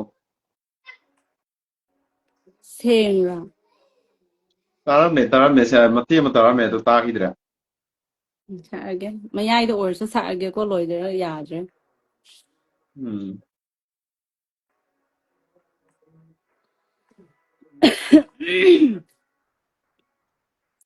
ꯃꯄꯨꯛ ꯇꯔꯦꯠꯂꯛ ꯍꯧꯒꯠꯇꯅꯕ ꯍꯤꯡꯅ ꯐꯨꯟꯕꯤꯟꯁꯤꯔꯝꯂꯦ ꯑꯩꯒꯤ ꯊꯥꯖꯕ ꯃꯄꯨꯛ ꯇꯔꯦꯠꯂꯛ ꯍꯧꯒꯠꯇꯅꯕ ꯍꯤꯡꯅ ꯐꯨꯟꯕꯤꯟꯁꯤꯔꯝꯂꯦ ꯑꯩꯒꯤ ꯊꯥꯖꯕ ꯇꯪꯑꯣꯏ ꯇꯥꯡꯅ ꯆꯠꯈꯤꯅꯕ ꯃꯩꯅꯨꯡꯗ ꯂꯪꯁꯤꯟꯕꯤꯔꯝꯂꯦ ꯅꯨꯡꯁꯤꯕ ꯇꯪꯑꯣꯏ ꯇꯥꯡꯅ ꯆꯠꯈꯤꯅꯕ ꯃꯩꯅꯨꯡꯗ ꯂꯪꯁꯤꯟꯕꯤꯔꯝꯂꯦ ꯅꯨꯡꯁꯤꯕ ꯃꯩꯅꯨꯡꯗ ꯂꯪꯁꯤꯟꯕꯤꯔꯦ ꯅꯨꯡꯁꯤꯕ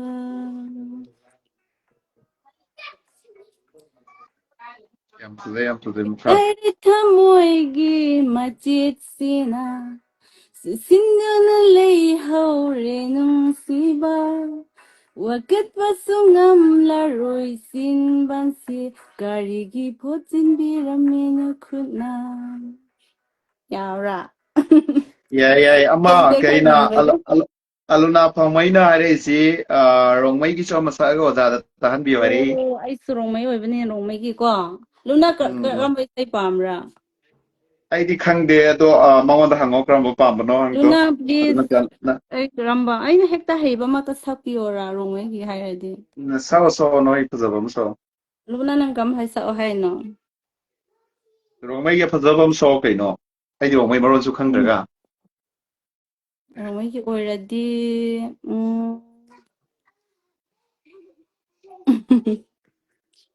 ꯀꯔꯝꯕ ꯏꯁꯩ ꯑꯣꯏꯕ꯭ꯔꯥ ꯔꯣꯡꯃꯩꯒꯤ ꯑꯣꯏꯔꯗꯤ ꯔꯣꯡꯃꯩꯒꯤ ꯍꯥꯏꯔꯒ ꯏꯁꯥꯒꯤ ꯑꯣꯏꯔꯒ ꯀꯩꯅꯣ ꯂꯨꯅ ꯍꯥꯏꯔꯛꯑꯣ ꯀꯔꯝꯕꯅꯣ ꯅꯪ ꯑꯄꯥꯝꯕꯗꯣ ꯔꯣꯡꯃꯩꯒꯤ Mr. Sahid MK Sahid nasu sister khoi gi lon da saklo ai ꯑꯣ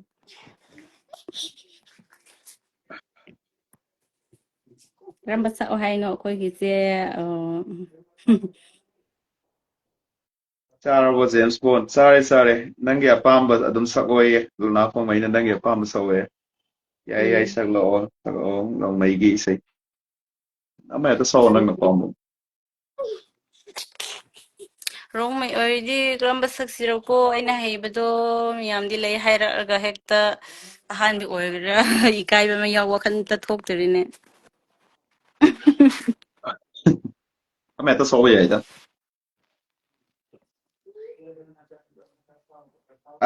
endi ningthau nakai pusho hari ni man kai haino khangde ko ꯀꯩ ꯍꯥꯏꯕ kamelama nakai pusho nam hare ꯅꯣ ꯑꯀꯥꯏ ꯄꯨꯏꯃꯦ ꯑꯩꯒꯤ ꯑꯄꯥꯝꯃꯤꯗꯤ ꯑꯩꯒꯤ ꯐ꯭ꯔꯦꯟꯅꯤ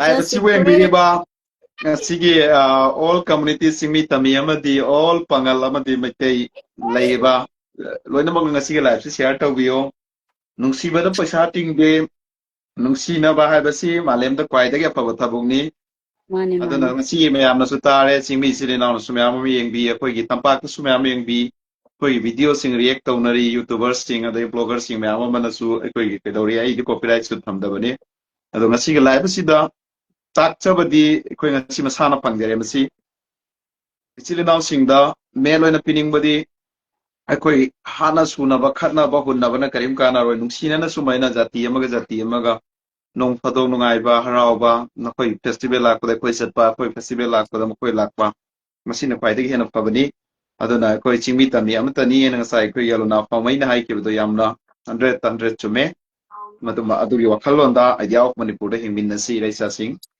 ꯃꯁꯤꯒꯤ ꯂꯥꯏꯚ ꯑꯁꯤꯕꯨ ꯁꯤꯌꯥꯔ ꯑꯦꯅꯤ ꯃꯤꯄꯨꯝ ꯈꯨꯗꯤꯡꯃꯛꯇ ꯇꯧꯗꯨꯅ ꯌꯧꯍꯟꯕꯤꯌꯣ ꯍꯥꯏꯕꯁꯤꯃꯁꯨ ꯑꯩ ꯊꯝꯖꯒꯦ ꯅꯪ ꯏꯁꯩꯗꯨ ꯀꯔꯤꯅꯣ ꯀꯔꯝꯕꯅꯣ ꯁꯛꯄꯤꯈ꯭ꯔꯣ ꯃꯌꯥꯝꯁꯤ ꯉꯥꯏꯅꯔꯦ ꯑꯣ ꯁꯛꯄꯤꯒꯦ ꯑꯩ ꯁꯥꯡꯕꯦꯛꯁ ꯒꯥꯡꯈ꯭ꯔꯦ ꯍꯣꯏ ꯍꯣꯏ ꯑꯩꯒꯤ ꯐ꯭ꯔꯦꯟꯅꯤ ꯑꯣ ꯊꯣꯡ ꯑꯝꯇ ꯑꯦꯝꯗꯤ ꯕꯣꯟ ꯂꯣꯟꯕꯤꯌꯣ ꯑꯦꯝꯗꯤ ꯕꯣꯟꯅ ꯅꯅꯥꯛꯇ ꯂꯥꯛꯆꯒꯦ ꯅꯅꯥꯛꯇ ꯑꯗꯨ ꯁꯛꯂꯛꯑꯣ ꯍꯥꯏꯔꯤꯅꯦ ꯃꯊꯪꯗ ꯂꯥꯛꯆꯒꯦ ꯁꯛꯖꯒꯦ ꯅꯅꯥꯛꯇ ꯇꯣꯏꯅ ꯅꯪꯕꯨ ꯌꯦꯡꯖꯒꯦ ꯂꯣꯟꯅ ꯂꯣꯟꯅ ꯍꯥꯏꯕ ꯇꯥꯏ ꯂꯣꯠꯅ ꯂꯣꯠꯅ ꯂꯣꯠꯅ ꯍꯌꯦꯡ ꯅꯣꯡꯉꯥꯜꯂꯒ ꯑꯩꯁꯦ ꯑꯃꯨꯛ ꯏꯁꯩ ꯁꯛꯑꯦꯅ ꯀꯣꯃꯦꯟꯇ ꯗ꯭ꯔꯣꯞ ꯇꯧꯕꯤꯔꯝꯃꯣ ꯑꯩ ꯃꯊꯪꯗ ꯁꯛꯀꯦ ꯑꯗꯣ ꯑꯩꯁꯨ ꯌꯥꯝ ꯍꯩꯇꯕꯅꯤꯅꯀꯣ ꯃꯌꯥꯝ ꯁꯞꯄꯣꯔꯠ ꯇꯧꯕꯤ ꯊꯦꯡꯀ꯭ꯌꯨ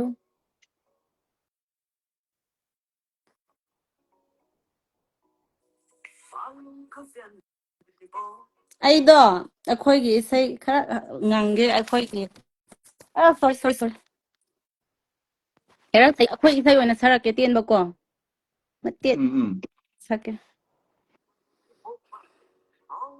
ꯂꯨꯅꯥ ꯇꯥꯕ꯭ꯔꯣ ꯑꯩ ꯁꯛꯀꯦꯀꯣ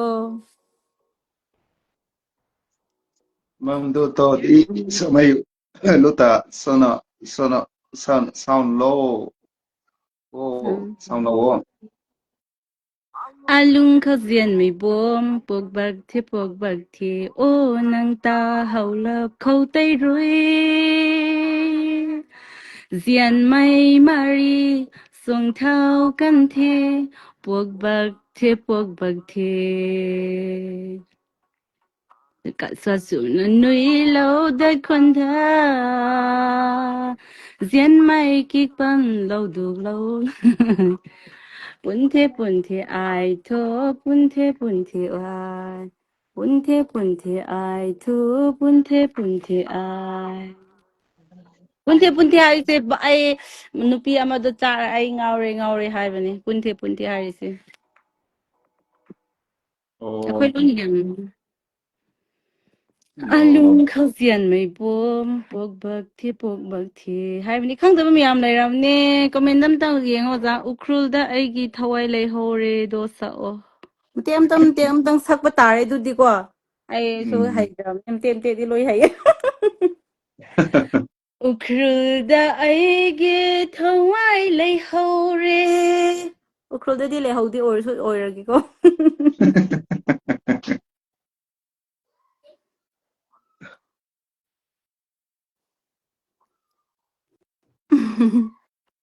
ꯀꯔꯤ ꯍꯥꯏꯔꯤꯅꯣ Nice song.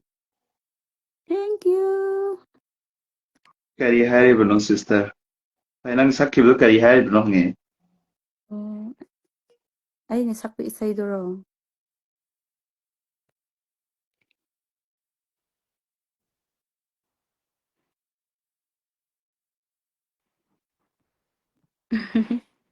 ꯄꯪꯁꯛꯇ ꯁꯛꯆꯤꯟꯈ꯭ꯔꯦ ꯑꯩꯗꯤ ꯏꯁꯩ ꯍꯩꯇꯦꯅꯦꯍꯦ ꯑꯣꯖꯥꯗ ꯁꯛꯑꯣ ꯍꯥꯏꯕ꯭ꯔꯣ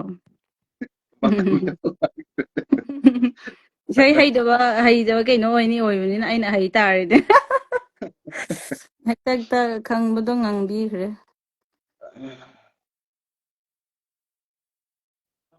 ꯏꯁꯩꯁꯦ ꯃꯇꯦꯛ ꯑꯃ ꯊꯝꯕꯤꯒꯦ ꯃꯌꯥꯝ ꯁꯛꯑꯣꯅ ꯑꯕꯗꯨꯔꯔꯍꯃꯥꯟ ꯑꯩ ꯊꯝꯒꯦ ꯍꯩꯇꯦꯀꯣ ꯑꯩꯁꯦ ꯑꯗꯣ ꯑꯗꯨꯝ ꯊꯝꯒꯦ ꯃꯔꯛ ꯃꯔꯛꯇ ꯑꯩꯈꯣꯏ ꯁꯤꯡꯒꯔꯁꯨ ꯑꯗꯣ ꯅꯠꯇꯅ ꯃꯌꯥꯝꯁꯤꯅ ꯈꯔ ꯉꯪꯉꯛꯄꯅꯤ ꯀꯩꯅꯣ ꯃꯌꯥꯝꯁꯤꯅ ꯂꯥꯟꯅ ꯎꯔꯁꯨ ꯌꯥꯔꯦ ꯀꯩꯁꯨ ꯀꯥꯏꯗꯦ ꯏꯟꯇꯔꯇꯦꯟꯃꯦꯟꯅꯤ ꯑꯃꯗꯤ ꯑꯩ ꯑꯣꯜ ꯀꯝꯃꯨꯅꯤꯇꯤꯁꯀꯤ ꯋꯥꯐꯝ ꯊꯝꯕ ꯑꯃꯗꯤ ꯁꯣꯁꯤꯌꯦꯜ ꯑꯩꯗꯤ ꯋꯥꯟ ꯁꯥꯏꯠꯀꯤ ꯅꯠꯇꯦ ꯑꯣꯜ ꯆꯤꯡꯃꯤ ꯇꯝꯃꯤ ꯑꯃꯗꯤ ꯇꯝꯄꯥꯛꯇ ꯂꯩꯕ ꯂꯣꯏꯅꯃꯛꯀꯤꯗꯤ ꯑꯗꯨꯅ ꯑꯩ ꯃꯌꯥꯝꯒꯤ ꯉꯁꯤꯗꯤ ꯑꯩ ꯊꯝꯖꯒꯦ ꯌꯥꯝꯗꯤ ꯍꯩꯇꯦ ꯑꯗꯣ ꯏꯀꯥꯏꯔꯦ ꯁꯛꯇ꯭ꯔꯤꯉꯩꯗ ꯀꯥꯏꯗꯦ ꯁꯛꯑꯣ ꯁꯣꯁꯤꯌꯦꯜꯗ ꯁꯛꯑꯣ ꯋꯥ ꯌꯥꯝꯅ ꯉꯥꯡꯕ ꯉꯝꯕꯁꯤ ꯏꯁꯩ ꯁꯛꯑꯣ ꯍꯥꯏꯕꯗꯗꯤ ꯏꯀꯥꯏꯔꯛꯑꯦꯅꯦ ꯁꯤꯗꯤ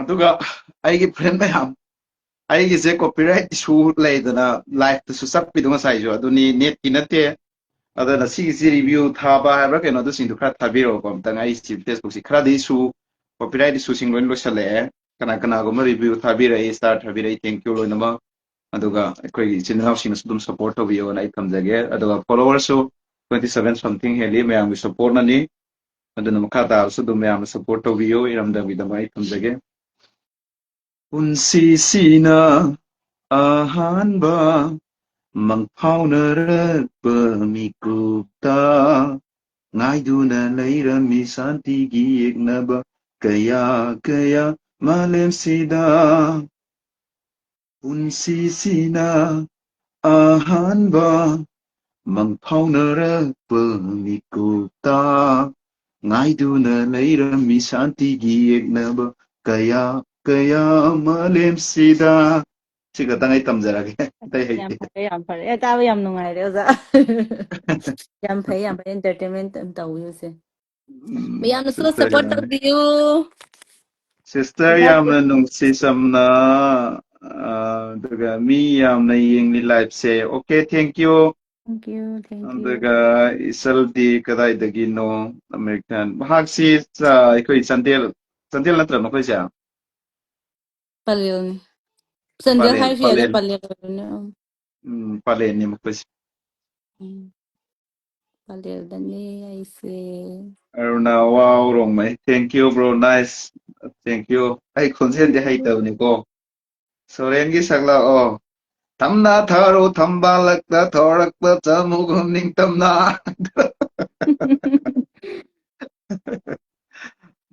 ꯑꯩꯁꯦ ꯃꯅꯤꯄꯨꯔꯤ ꯑꯃ ꯑꯣꯏꯅ ꯑꯩꯈꯣꯏꯁꯨ ꯂꯣꯏ ꯌꯦꯡꯉꯤꯀꯣ ꯑꯗꯨꯒ ꯂꯩꯁꯤꯒ ꯆꯥꯟꯅꯗ꯭ꯔꯦ ꯌꯨꯝꯗꯒ ꯃꯤ ꯃꯌꯥꯝ ꯀꯩꯅꯣꯗ ꯅꯠꯇꯅ ꯌꯨꯝꯗ ꯉꯥꯡꯉꯣ ꯍꯥꯏꯔꯗꯤ ꯌꯥꯝ ꯍꯩꯌꯦ ꯃꯤꯅ ꯀꯩꯅꯣ ꯁꯛꯑꯣ ꯍꯥꯏꯕꯒꯤ ꯍꯦꯛꯇ ꯀꯥꯎꯁꯤꯜꯂꯛꯑꯦ ꯃꯦꯁꯦꯖ ꯑꯃ ꯉꯁꯤ ꯃꯌꯥꯝꯗ ꯑꯩ ꯄꯤꯖꯒꯦ ꯏꯃꯥ ꯏꯄꯥꯒꯤ ꯊꯃꯣꯏ ꯀꯥꯏꯍꯟꯒꯅꯨ ꯏꯆꯤꯜ ꯏꯅꯥꯎꯁꯤꯡ ꯅꯝꯕꯔ 1ꯗ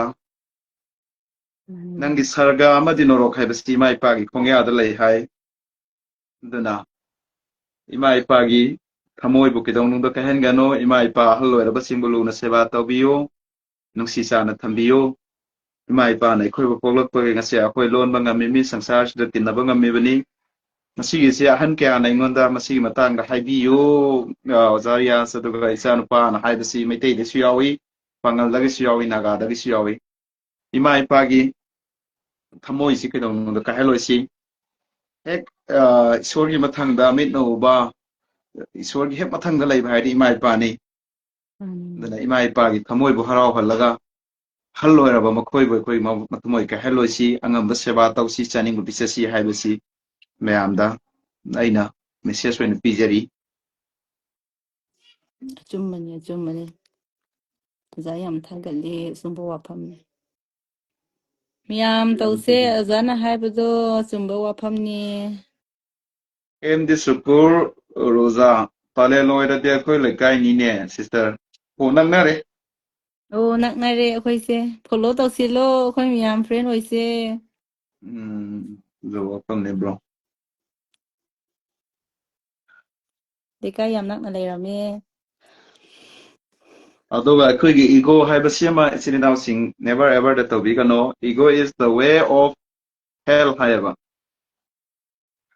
ꯑꯩꯈꯣꯏꯒꯤ ꯅꯥꯄꯜ ꯇꯧꯕ ꯃꯤꯁꯤ ꯀꯔꯤ ꯑꯩꯈꯣꯏꯒꯤ ꯅꯣꯔꯣꯛꯀꯣꯡꯒꯤ ꯁꯔꯒꯒꯤ ꯅꯠꯇꯦꯀꯣ ꯅꯣꯔꯣꯛꯀꯤ ꯂꯝꯕꯤꯅꯦ ꯅꯥꯄꯜꯁꯦ ꯑꯗꯨꯅ ꯅꯥꯄꯜ ꯑꯁꯤ ꯇꯧꯔꯣꯏ ꯏꯁꯣꯔꯅ ꯌꯥꯝ ꯁꯥꯎꯏꯀꯣ ꯏꯒꯣ ꯇꯧꯕ ꯌꯥꯗꯦ ꯁꯤꯝꯁꯨ ꯑꯩ ꯄꯤꯖꯒꯦ ꯂꯥꯏꯚꯁꯤ ꯃꯤꯁꯨ ꯌꯥꯝꯅ ꯌꯦꯡꯉꯤ ꯍꯥꯏ ꯑꯗꯣ ꯃꯌꯥꯝ ꯀꯃꯦꯟꯁꯨ ꯂꯣꯏꯅ ꯑꯩ ꯇꯥꯖꯩ ꯕ꯭ꯔꯣ ꯌꯥꯝꯅ ꯐꯖꯩ Robinson thank you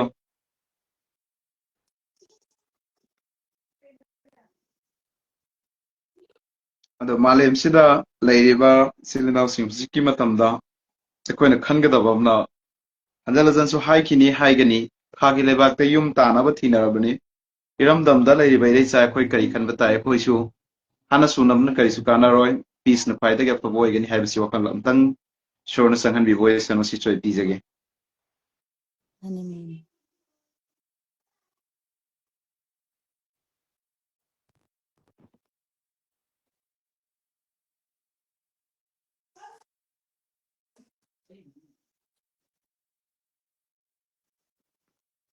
Mir Saras Khan haiba ke nai na ma live si join tori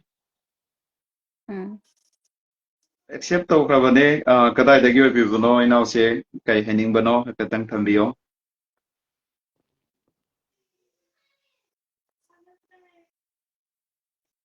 live join to Sound bi yam. re de now nangi ming dom tang lai from habiu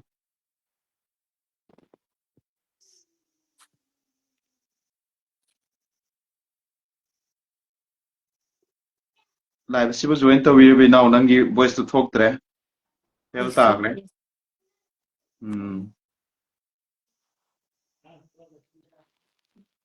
Rohana Sahani aigi baba mama su iyambagi wata jari thank you live si bu bi all pumnmk su thanks ta ga sari Yazdin bogi mayam su action khaktang wa ngangi na haiba to mayam ngasi entertainment to base mo kai hebira ka dori adu su yam lui adu bo hana khalabadi miyo besi loin phabani ko phatana khaladi loin phatabane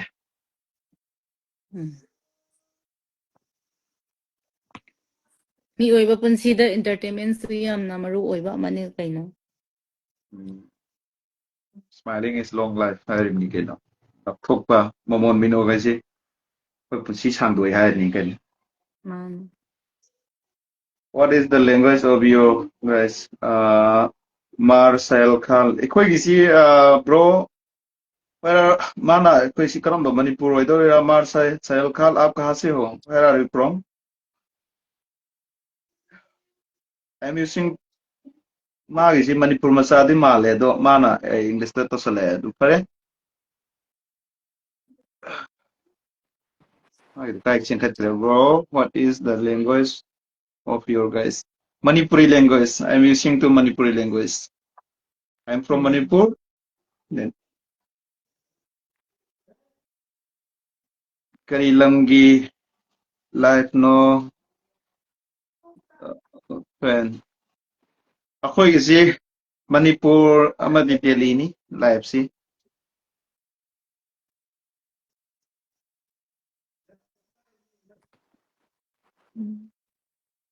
ꯌꯥꯝ ꯅꯨꯡꯁꯤꯌꯦ ꯕ꯭ꯔꯣꯁꯦ thank you ꯀꯩꯗꯧꯔꯦ ꯍꯥꯏꯕꯅꯣ thank you MD ꯁꯨꯀꯨꯔ ꯑꯣꯖꯥ ꯑꯣꯖꯥ ꯔꯤꯌꯥꯁ ꯚꯤꯗꯤꯑꯣꯁꯦ ꯌꯥꯝꯅ ꯅꯨꯡꯉꯥꯏ ꯑꯣꯖꯥ ꯑꯆꯨꯝꯕ ꯋꯥ ꯉꯥꯡꯕ ꯂꯦꯞꯄꯤꯒꯅꯣ ꯅꯅꯥꯎ ꯑꯩꯈꯣꯏ ꯆꯩ ꯁꯨꯒꯨꯝ ꯂꯦꯞꯆꯔꯤ ꯊꯦꯡꯛ ꯌꯨ ꯌꯥꯝꯅ ꯅꯈꯣꯏ ꯃꯌꯥꯝ ꯂꯩꯕꯒꯤ ꯅꯈꯣꯏꯒꯨꯝꯕ ꯃꯌꯥꯝ ꯂꯩꯕꯒꯤ ꯍꯔꯥꯎꯖꯔꯤꯕꯅꯤ ꯁꯨꯀꯨꯔ thank you Marsahel Khan Dubai okay thank you bro most welcome Dubai dagi su yengi ko Dubai mi su yengi ꯑꯩꯈꯣꯏꯒꯤ ꯂꯥꯏꯐꯁꯤ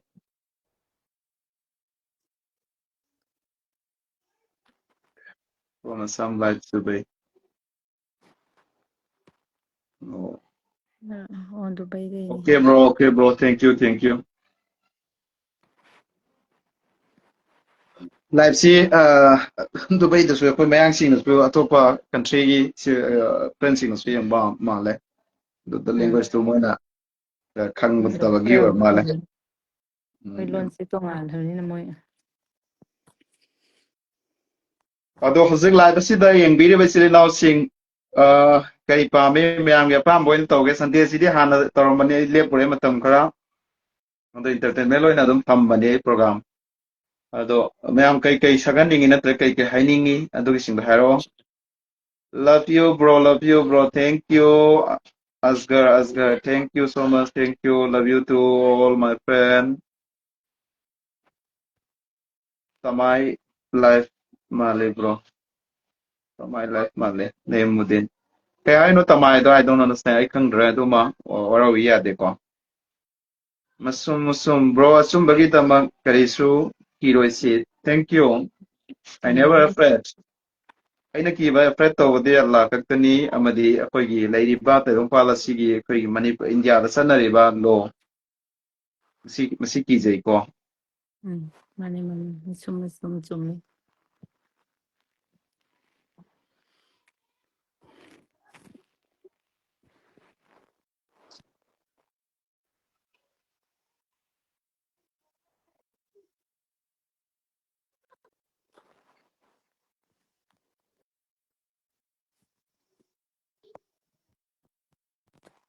Live sibu mi kya music online ta lay no ma'am I di khangre ko ai de ai de chong thok tra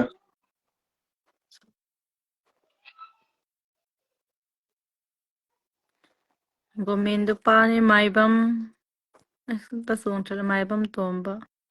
Bro ay ngasi yamna nungay bro ga live thingna base Islam. baba mama na yamba nang bu yam na nung si hai rohana sani thank you bisal hongbom kai lamgino yamba ai si main first side ni kila hong da gini aduga ai label daily lay aduga ai friend sister sino palen da gini Rongmei ni sister gi londa sak charabo haisi kari hai no nathuda haiba natro Oh man, napitha chakcharabu hai napitha. I she has to I love sister and brother. Thank you, love you too. Thank you. 91 lay hari in life se. Okay. Share to salong asigi entertainment sidi me amda Riyaz din boge me amsi sunu sudum hai adobo. Akhoi chengna adom me amgin praja ginin thola de praja all community se exist over tai me am pelan batai adoga I am not blogger, I am not YouTuber ay aduna tie ado sengna ay live ta kasal Sunday sa thamambane ado adum handak mathang je sum thamakani kai gum kana gumba entertainment na madi kana gumba lebak miyam da thamning bu message natragna kai gum kana ba pining ba lera kade adum piba ya gani join torok pirani Rongmei di ay sokung malang mai okay okay hoi hoi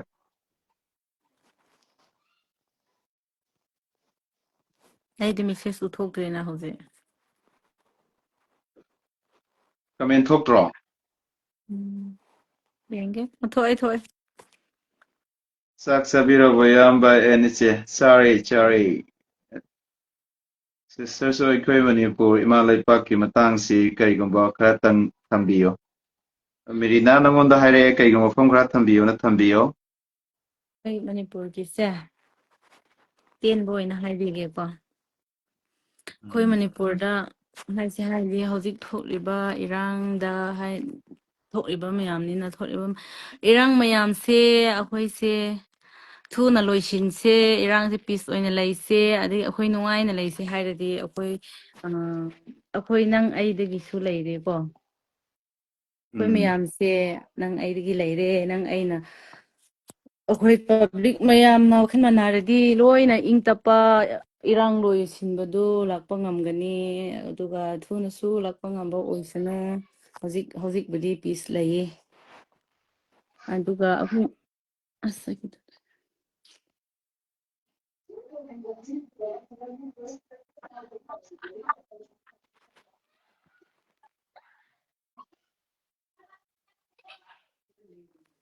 Tagidre nangido nang londabagiro ꯑꯣ ꯌꯥꯔꯦ ꯍ ꯑꯩꯁꯨ ꯆꯤꯡꯃꯤ ꯑꯃ ꯑꯣꯏꯔꯁꯨ ꯑꯩꯁꯨ ꯃꯅꯤꯄꯨꯔꯅꯤ ꯇꯝꯄꯥꯛꯇ ꯂꯩꯕ ꯈꯛ ꯑꯣꯏꯗꯨ ꯅꯠꯇꯦ ꯆꯤꯡꯗ ꯂꯩꯕꯔꯁꯨ ꯏꯔꯥꯡꯁꯤꯗ ꯑꯋꯥꯕ ꯐꯣꯡꯗꯣꯛꯏ ꯖꯥꯇꯤ ꯈꯨꯗꯤꯡꯃꯛ ꯇꯣꯉꯥꯟ ꯇꯣꯉꯥꯟꯅ ꯃꯅꯤꯄꯨꯔꯁꯤꯗ ꯃꯤꯌꯥꯝ ꯄꯨꯟꯅ ꯂꯩꯔꯤꯕ ꯃꯌꯥꯝꯁꯤ ꯑꯃꯈꯛꯇꯅ ꯋꯥꯕ ꯅꯠꯇꯦ ꯄꯨꯟꯅꯃꯛ ꯖꯥꯇꯤ ꯈꯨꯗꯤꯡꯃꯛ ꯋꯥꯔꯤꯕꯁꯤꯅ ꯑꯩꯈꯣꯏꯁꯨ ꯅꯨꯡꯉꯥꯏꯖꯗꯦ ꯑꯗꯨꯅꯤꯅ ꯑꯊꯨꯕꯗ ꯄꯤꯁ ꯑꯣꯏꯍꯟꯅꯤꯡꯉꯤ ꯄꯤꯁꯁꯨ ꯑꯣꯏꯕ ꯑꯣꯏꯁꯅꯨ ꯍꯥꯏꯅ ꯑꯩꯗꯤ ꯊꯝꯖꯅꯤꯡꯉꯤ ꯃꯤꯌꯥꯝꯗ ꯑꯩꯈꯣꯏ ꯃꯤꯌꯥꯝꯁꯨ ꯄꯤꯁ ꯑꯣꯏꯅ ꯉꯝꯅꯉꯥꯏ ꯏꯁꯣꯔꯉꯣꯟꯗ ꯄ꯭ꯔꯊꯅꯥ ꯀꯟꯅ ꯇꯧꯖꯔꯤ ꯑꯩꯁꯨ ꯃꯤꯌꯥꯝꯁꯨ ꯇꯧꯕꯤꯌꯨ Robinson I love you brother and sister hey thank you love you too Thank you daki Bisal na yamna chumbo famni iche and chin hairsi thank you Bisal angombam ahongbam na hari thank you saksarabo Rufana sani yamba sare Ro saksarabo nuralam tare Chare notice ki Khwai Fazavi Aizaning sister said thank you. Thank Friend first you. na notice ki Khwai biti Faza biti hai. Thank you. Ang CBB damakta. Riyazuddin Bogi Mayum bro aigi nangi full support. Ni matam primakta thank you. Thank you. Mai bam tomba. Koi support tawnagadabani asumba puthokadabani asumbada koi mai osingadabani sumba anishude sumba Haibam pathakni. tomba sister si kabuiro hai. Hoy mani ay kabuy niya. Mani mani. Kabuy Rongmei hay ni. Kabuy Rongmei ni Rongmei kabuy.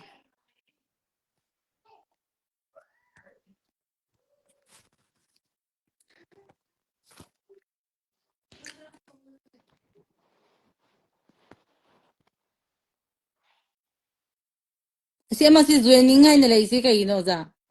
Ah. Ama si ay lo na uthok tro joining hay na kay no man laisi. Ay di Okay. Facebook pa bi haidawani na.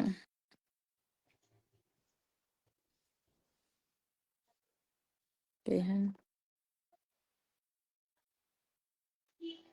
Hauram ay so ay tao palel ko ba mame. Ako'y lo nangang rigi ko. Ako'y lo na hairak ko ki comment.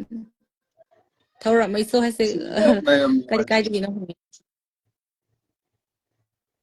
Live siyam Sister nungai isay hai wala ngasi jam boy. Thank you all viewers yang ri bu pum no. Sister isay mtang sakpira u ay ngasay sakrabani. Mai bam tombana nap tu tha hari. Aw tuthe. Irang Tare. yan bakan nam maru oina thawdang laugadabani haibado halningi. Hai chumi chumi sias thoi ai haijagar mi ngasai chu. Manipur mai acha kumai dagi hainaba mi masing yame sine hek hanthraga mai cha ise si sing hainaba mi masing yama kana Manipur santi hoini huju jikti gi hainaba mi myam lai redana Manipur santi hoi kiroi tabada yamna nungai ko yamna fazai ko ai su support tawzari Uyghur Rahman thank you Thank you, thank you. sapam abinasak sarabo wai wai bro hai sapam abinasta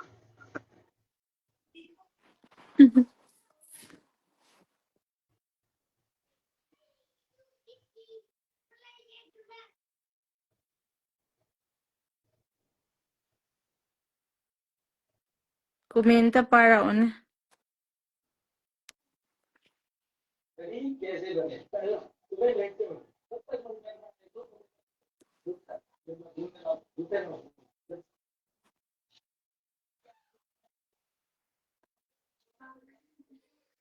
warana matamda makeup karata orasu pothawa pangjari bro thank you ko live senga taye hari si pothawa pangjari hari am nungai je Hey, bhai.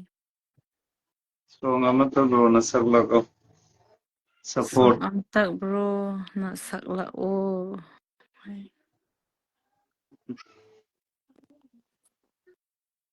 Same ta sa o hai.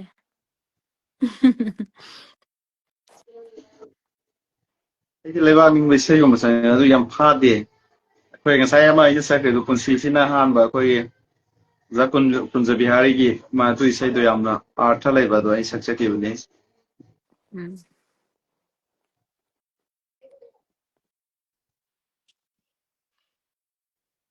ꯇꯒꯤ ꯁꯛꯊꯒꯦ ꯉꯁꯤꯗꯤ ꯈꯔ ꯁꯛꯑꯝꯃꯒꯦ ꯃꯊꯪꯗꯤ ꯍꯥꯏꯕꯤꯔꯛꯑꯅꯨꯀꯣ ꯉꯁꯤ ꯊꯥꯕꯅꯤꯅ ꯈꯔ ꯑꯃꯨꯛ ꯍꯥꯏꯔꯛꯀꯗ꯭ꯔꯥꯅ ꯇꯜꯂꯦ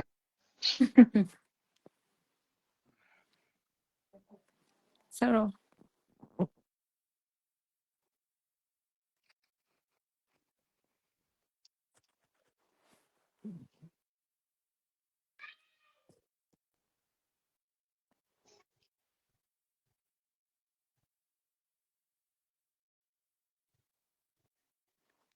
Kay isay sara o hai no. Uzabo. ꯈꯪꯗ꯭ꯔꯦ ꯑꯩꯁꯨ Isay da tay lilay taba hai sin asini. Sister ga isay amata saklagadi eskol gi bakang angawa isay talaway eskol gi bakang nakoy kul gi thongga na ni ay na nangungai chaba ito. Muskugi pakhang angauba haidira aidi nangbu nungside. Nungsiba hinman kiba na soy kiba yaurang laba ngakpiyo ko ay bo mayanggi tamoy na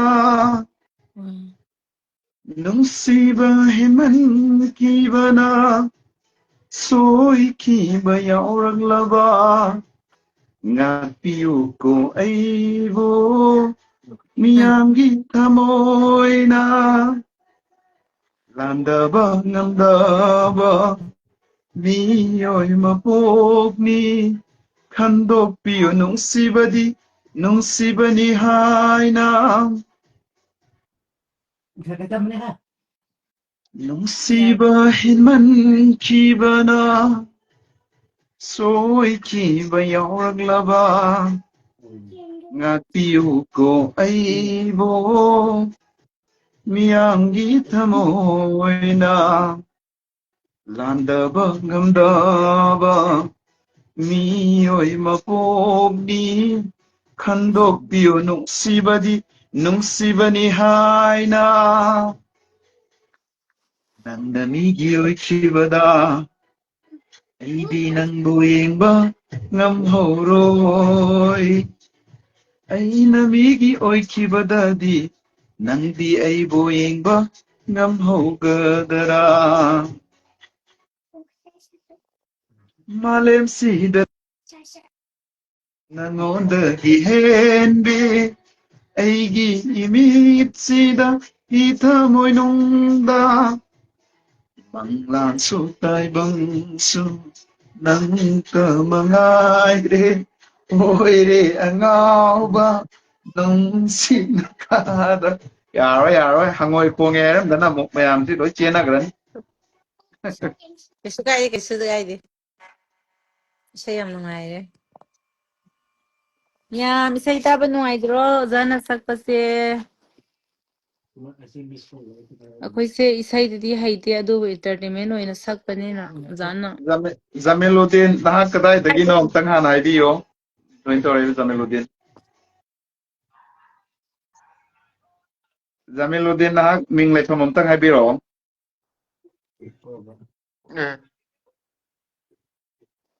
nahak kidu udre ado ming leifam amtang haibiyo hana ming leifam haibiyo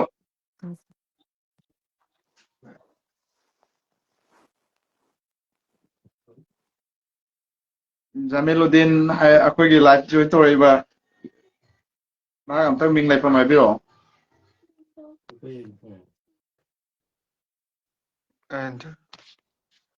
आप कहाँ से हो आप मणिपुरी है जमीलुद्दीन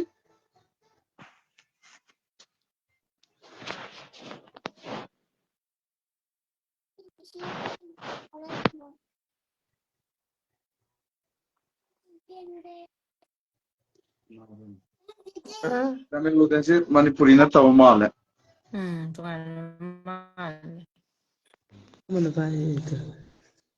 सियाई थोई Ming में तुम अंतंग है बिरो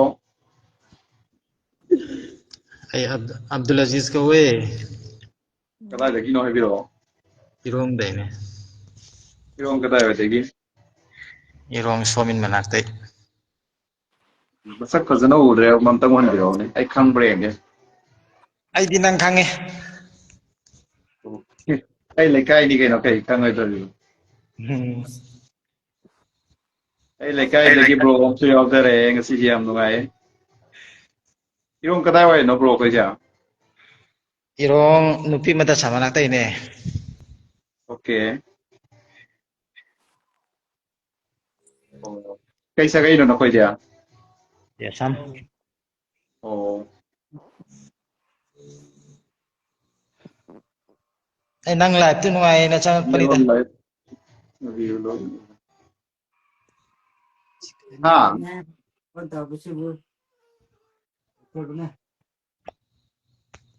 Kami na betang pabio mer ay di mayang gay si request sing siyang gay. Tumko live tare bro imana ba mado yam na nungsi. Thank you.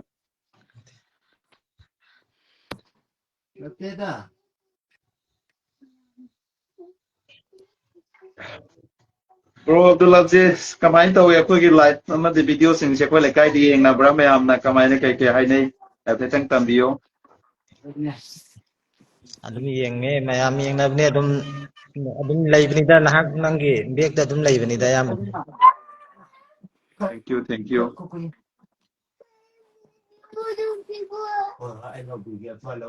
Amdi wa ako'y wangang ba si moy matmoy do kuoy na pamba. Direct man leibak si tugay bagi thamno pham kan na ngang na su yaw ri. Atu di asa afaba tawbasi mina phana hainadabnida. Sumi do right right. Waikhu culture yame. Achumba tawba misi mina nusideba. Hattaba tawbado adudi mina nungsina haigani achumba tawbadudi nungsina hairoyeba.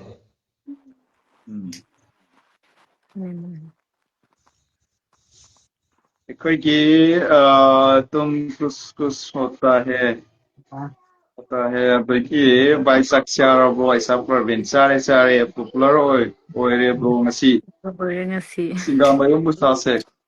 Thank you, thank you. Asa par thoya mita kay nonoy gi sticker thadala maza khan irong bro full support, thank you maza khan irong bro gi wife to yam na nungsi have any thank you my room moharul dagi si marol thok pune ngasai yam thoklam mini mai sai ju sakpani full support. The main si pura high is bista na inare. Jameluddin nang kamelam toro nang आप जमीलुद्दीन ना कमेलम तोड़ना outsider माले आप कौन सा state से है पहले comment में बताइए उसके बाद हमको जमीलुद्दीन को तो शिविजी माजे अतोप कंट्री दे माले जमीलुद्दीन माजे माय मरोल असी ननी को माय इरेजी कमेल असी खंद्रे बा ओजा से कई तबुक तो बिरी के तेलेदा कई सोशल वर्क तो सोशल एक्टिविस्ट ने मदी कई गुम्बा का सदस्य की का तौजे bro hai jani mawalo am talawruno mai ba mo harol ni ha live simi yam ren claim ma la ji su mi si online da kya le di da do ai to saning am ne do mayam ji yam da ke do ri thara ke ngasi di mayam sunday ni nang ge pa mo moi tawro sunday si di mayam ingi pho tum tha ni ai di kara no photo anda hajari bai comment uraga thank you si yam na nungsi Mirbo yam nungsi hai si ai thoi si amuk thokra muk sange Oi, Anita hai siga. Anita hai ro. Nangi sai ro PC. No, marup ni friend ni. Sai na te.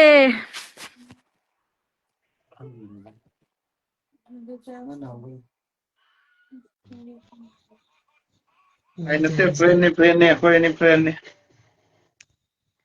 online friend ni online ai yam yeng ja bai support to bi ba sister ni friend ni nungai bro amadi sister ani bo nungai Nungairiye. support bro ekoi gi Abdullah Aziz bro su sang kra male ma mukta tore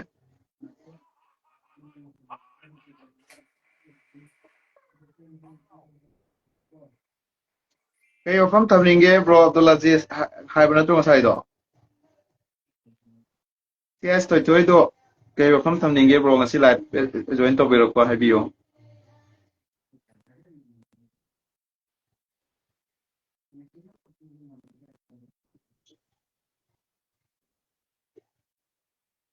Raskan. Kang Laipak Lion di bro ni matam pumbada full support. Now ba boy Kang Laipak Lion di bro ni matam pumbada full support. Thank you. Masak loina. Men si ka lamdagi no. Masi koi palendagi ni kasim kusam sanay bus. Tislagi min kay kaugel kay lamdagi no. Masi palendagi ni. Doga maming na mir kau bani. Sumba di always sumdana pelai gani summe besak inaskan imde inaskan. Dagi thoi si kara pagi tau ni. Isa problem. Hoi kai de da pagi ore. Bro nungari mazakhani rom nungari. Ai di kara pagi tau raga nungai he to nita okay na. Isu kai de. Oza Europe ta thabuk kawai line re. Ai khang de dui mata. Sen Anis. Good night. Okay, good night. Good night. Good night, baby. Bro, nangi udrawa male. Kay to khoi kok mathak nga to ura male.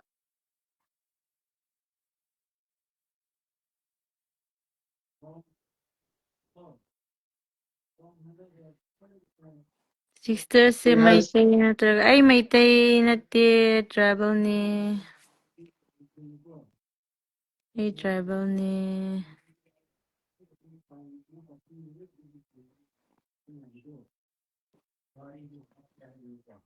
Maibam. Nice.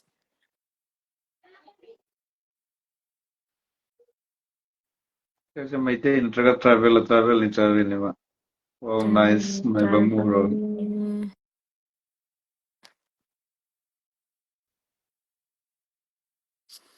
Ay ginaw nungsiba. Amalaya Sultan. Sultan.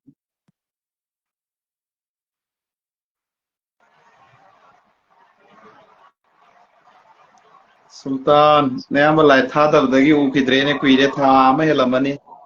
Kuire. Tak rabo. Sakre. Now si bunga si live si. Yam theng na sange da. You, Maibam. Facebook se flat lang kha dab jage dab jage adum Facebook pa se tando dum pa idre ngasi pai bane tamu se kara tinba the live Ay la to thai tra matam di sa pai na gre Facebook se. pai krebo matha sai kha ya maga kara live tha na mo so tha tramina adum tallaba adum asi Oh. chang mane adum Sister matan sa na to live tha la Ay, ya me paleo de gini. kaya khang ta hige Ay si sa ay di mana masing wen sare. Da oleng go messenger la pi wa ye dum ke dawra ge kon. Sister si kai wa de gino. Pale ne.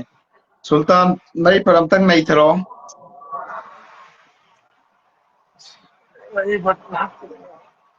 garam ta ai ge ya mada messenger dai message tharak ke horen Tharo.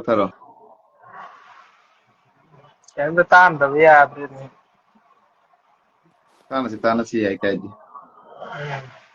Si live si bo mi kya me gi no do ga mi kya me tra ge khang re dia.มี5 ka hen na yang kre ajik yang sina ajik yang sina 65 yang mi yang kibna 5 ki hen kre Oh. Ngasi gi live si si o badayam nung si ro na sa ne. Okay, thank you. Thank you.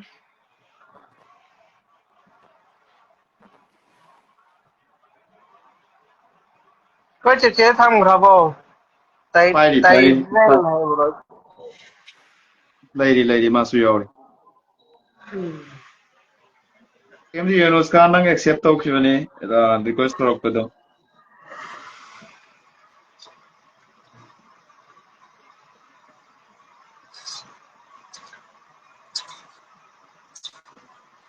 manipur ge risi mo kamai kari kari taur da no tham gre ni manipur pawri ingre MD Nistan nahaki lai somam tang ming lai som tang hai biro. Ai Lilongdam. Okay. Okay. Ming same bro do Nistan ja. Mane same one, bro. Okay. Kay haning ba ngasi di live sidang join to biro ko bo. Brother na hairakpa nga kuding magse. Hoy. Always asumba nga tanga pa do brother da full support tauba sina. Mara kanda duga achumba haiba mi se hojikti yamna leitre. Sengar kanda.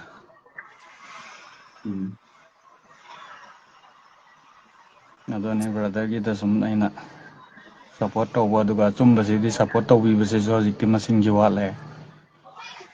Yamba ai ngada changake nathok ke thabuam lai nam support ke aduga Ho. Yeah. Hai bio bro David. Inuskan brother Inuskan ni thambi. Aduda ngasage aikogi brother na hairakpa se.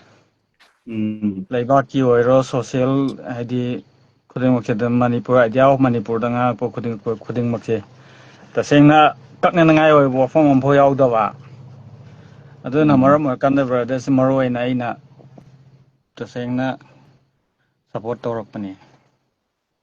Thank you. Kanago khara no se phatana khandip sia we du bai kai su khanjade ko. Ai adum Ai koina wadi brother ken ngota ha jage phatana lobo makhoi do nong natra nong de sung soi dana brother da hai janing ngak pakal soi lakani maram de brother na hai bu khutimak to achumba nataba aranba ama pho yaw de ha ba 100% ai ngasi so dum hai jage ba live ki khutang da aduma thank you. aduna Yam yawe makhoi hana negative ta wanga ngamba duga mi se makhal yame aiga unaraga na aigi kidauba duga aiga hek lai thoga na mimang da kai da hek aibo hunbi su yaw male. adigumba troll tawba mi ding masing di yam gani aduna ni ngasi thoi beirang mayam se adigumba troll tawba mayam do han thadring ngai de adum irang ki de adum khar khar adum leikini troll tawba mayam do adune akoigi masi Allah gi nabi na su yaramde akoigi prophet na su yaramde ko. Maram sugumba akoigi kari tawba singsi chiron chatpasidi hamangi sa to hogalan ni hairi. besat Ado face to face ngamagana koi ngangi sumena dungang biro tage lo laga fake account to Delhi to ge pichibi any kona ram da lera ngang okay koi tage ba sai na do never achum bai ba se always chum du na to dum leira den chum ma ga to leira do hom je khoi na la na mu ngang bai kari mathou ta ge sini hoi adudi chummi wo poto chummi haidraga nang na hari poto kanagumba ma kibadagi ni khangde kadawdeng khan nang na hari budu chumbadi chumamba ya edu kaino madi tawena adudi mi kibagi wane wa mani achumba haiba matamda mi kibagi artha kai leige ba chumba sida adum chumna adu chummi haiba ngamgadabne ba just aina kaigumba aranba ma tawkhren khallagadi ai si lan khrama le haibu su lan khrai lan khibu taradi lale haibu su ikai jaro dobne ba lale aina hairi posi lan khrai bu su ngamgadabne ba adugumba mi do neba social minded oiba haije idea of Manipur gi wakhalon chen ba mi so adu neba oigadoise IDP singi wafam thamobda borias din akoi maitai gi haijale kana go bakharana ai ji je Manipur yam oina pangan ka ki walon de ai kuki gi sungangi maitai sungangi naga gi sungangi pangal gi sungangi pangan patre hari MLA oigera X oigera Y oigera patab du pate hari wakfagi matang da MLA sing protest tawdu so ai tawdi adum national media direct supreme court mamang da haibi ko MLA ani lai machum chai si ni sini na hai adragi kanagumba katu karan miyam de paisa khonjat pa poji scheme tawdu su dum tawi hairi maitai da thole maitai silinau thole du so hairi adubu kai khoi gi pangal gi nganga kana pangan gi dagi mai mi du sopal sawi bai ngoda adai maitai silinau gi nganga kana hairi ba miyoi khara du ngang bada makhoi gi mari mata sing du saw ne ba tawi adu ngasai na wapam am thamjagre Manipur mai chai si chai huji si burning ne Manipur se chai mai si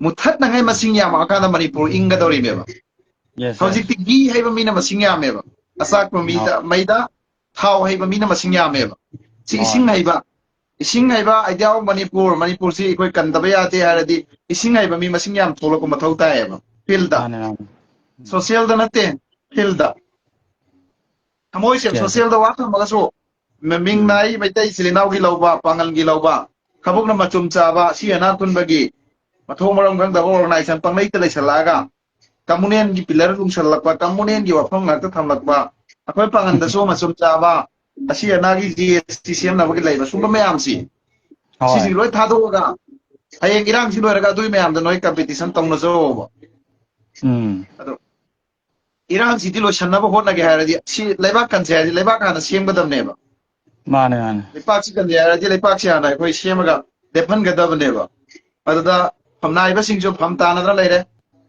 fam do hayeng leipak si sema ba matung da government Tadi sarkar do pangkarai leiro lagi gitu nih, Pak. leipak si sema ba matung da hayeng moi fam do munna ba Hoi. leipak si pumthu thu gai ra pumsai che laga mili singum pum da lak mayu makai mai tha do aga lainaram sida aduga moi langtho thambire pyar thambire maron kang da ngak ta leire sida wa malem sida kamunen gi thinking lai ta wakhan khan da jati do mut khra da me phom na kamunen ta gota me haikle ni Mane mane. adugum badu phana ba laitre ba mangasai gi maron khang da ngak ta lai jalla me na iram da rei pat da asi Hoi. siam am lai ra moi gi mai te so no pangalo so no kuki so laga so no hai ru mi Hoi. sing du sekin kara da pha ga ne ba mapa pi Mane lai ta mane. bai ne Tauning bata tawar mapa pi leitra di tauning bata tawar pa itu dum tawar ini ba.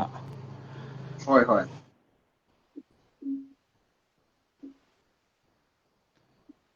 azam Kan itu bahai bro semua dia Manipur aduga adi acumba adi Manipur si bukan nandam kita makta brother na tawar ibu kongtang ko adom adi ngamda ba kana na ngamda ka ngang iba sa iba tawar iba kel iba chong iba brother adum tahan nengi hayan nengi acumba si di sini haiba do adom makha so adom hayan nengi sini khoi gi brother na aduga brother adum khoi support tawgani haiba di brother na ngasi photo tawar iba photo aran ba du khak tawdri acumba du khak ta tawrak pani na brother da du ne adum thamjaningi se ali asada ba no pa mana comment pirai mana si pang da ba mi wahai ni matung da wa ngang ba sing chume aseng ba sumba haibadi si mafam sidai ngang da ni laibro masigi si missing se kaino ma tawri si tawre da full support ni bro Riazuddin di ai gi oina di thank you sumi pang da ba si bek to wa ngang gani aduga baking da akhoi fanda face to face ngang bangam da mi di michel ni adumai logani tawjasano do magi Waikhu culture na masing yam balam dam ni ching tasano ado Riazuddin na samo matunda pena kongugum na ngonda adugi sahi ama makai fazale yamna kalla bai su kya da ngangre Riazuddin da kem tawbe aroi ai ngonda tawbe aroi sai apau gunate prajamyang gi dua amadi prajamyang gi sajok amadi nakhoi myam all communities na ching tam amadi lairiba all na ibanu siye sai khangjai aduga aina laibak thugai gadaba natraga migi communal oiba migi lai palaga migi chanabi palaga migi gita palaga ngasi fogo karem ka thaina busu laiki tawsu tawroi islam haiba sida quran amasung hadith sida migi any communities da sokadaba natraga nungai roi da wafam ampu thamba ya den hairi ekoi gi quran amasung hadith se sharia lo ado sina tawri do ekoi gi quran amasung hadith ta atopa kanglup amada mandir thugayo masjid thugayo migi dari ko sai wa haiba laite mi ama da sai wa su laite sumai thamjagi assalamu alaikum mayam karam tawnari mo nungari bro Laudin nungari haitare sum ko mayam suhel nongkhong mayom yam summe nasbano full support thank you Wahidurrahman hi hello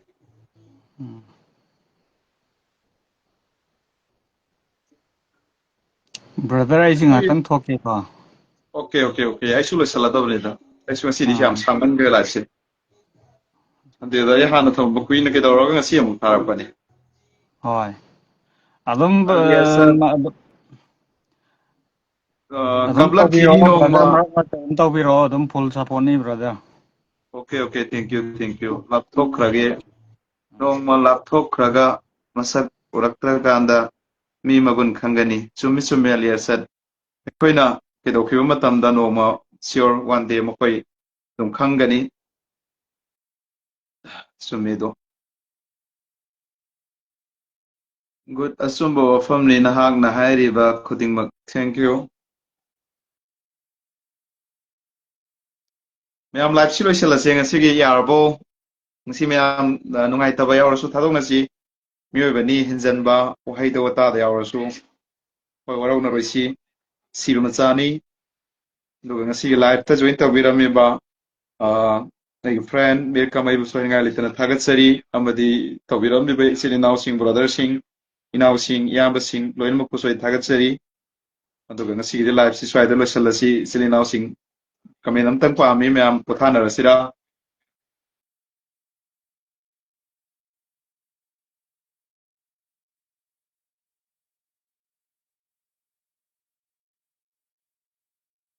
full support, full support.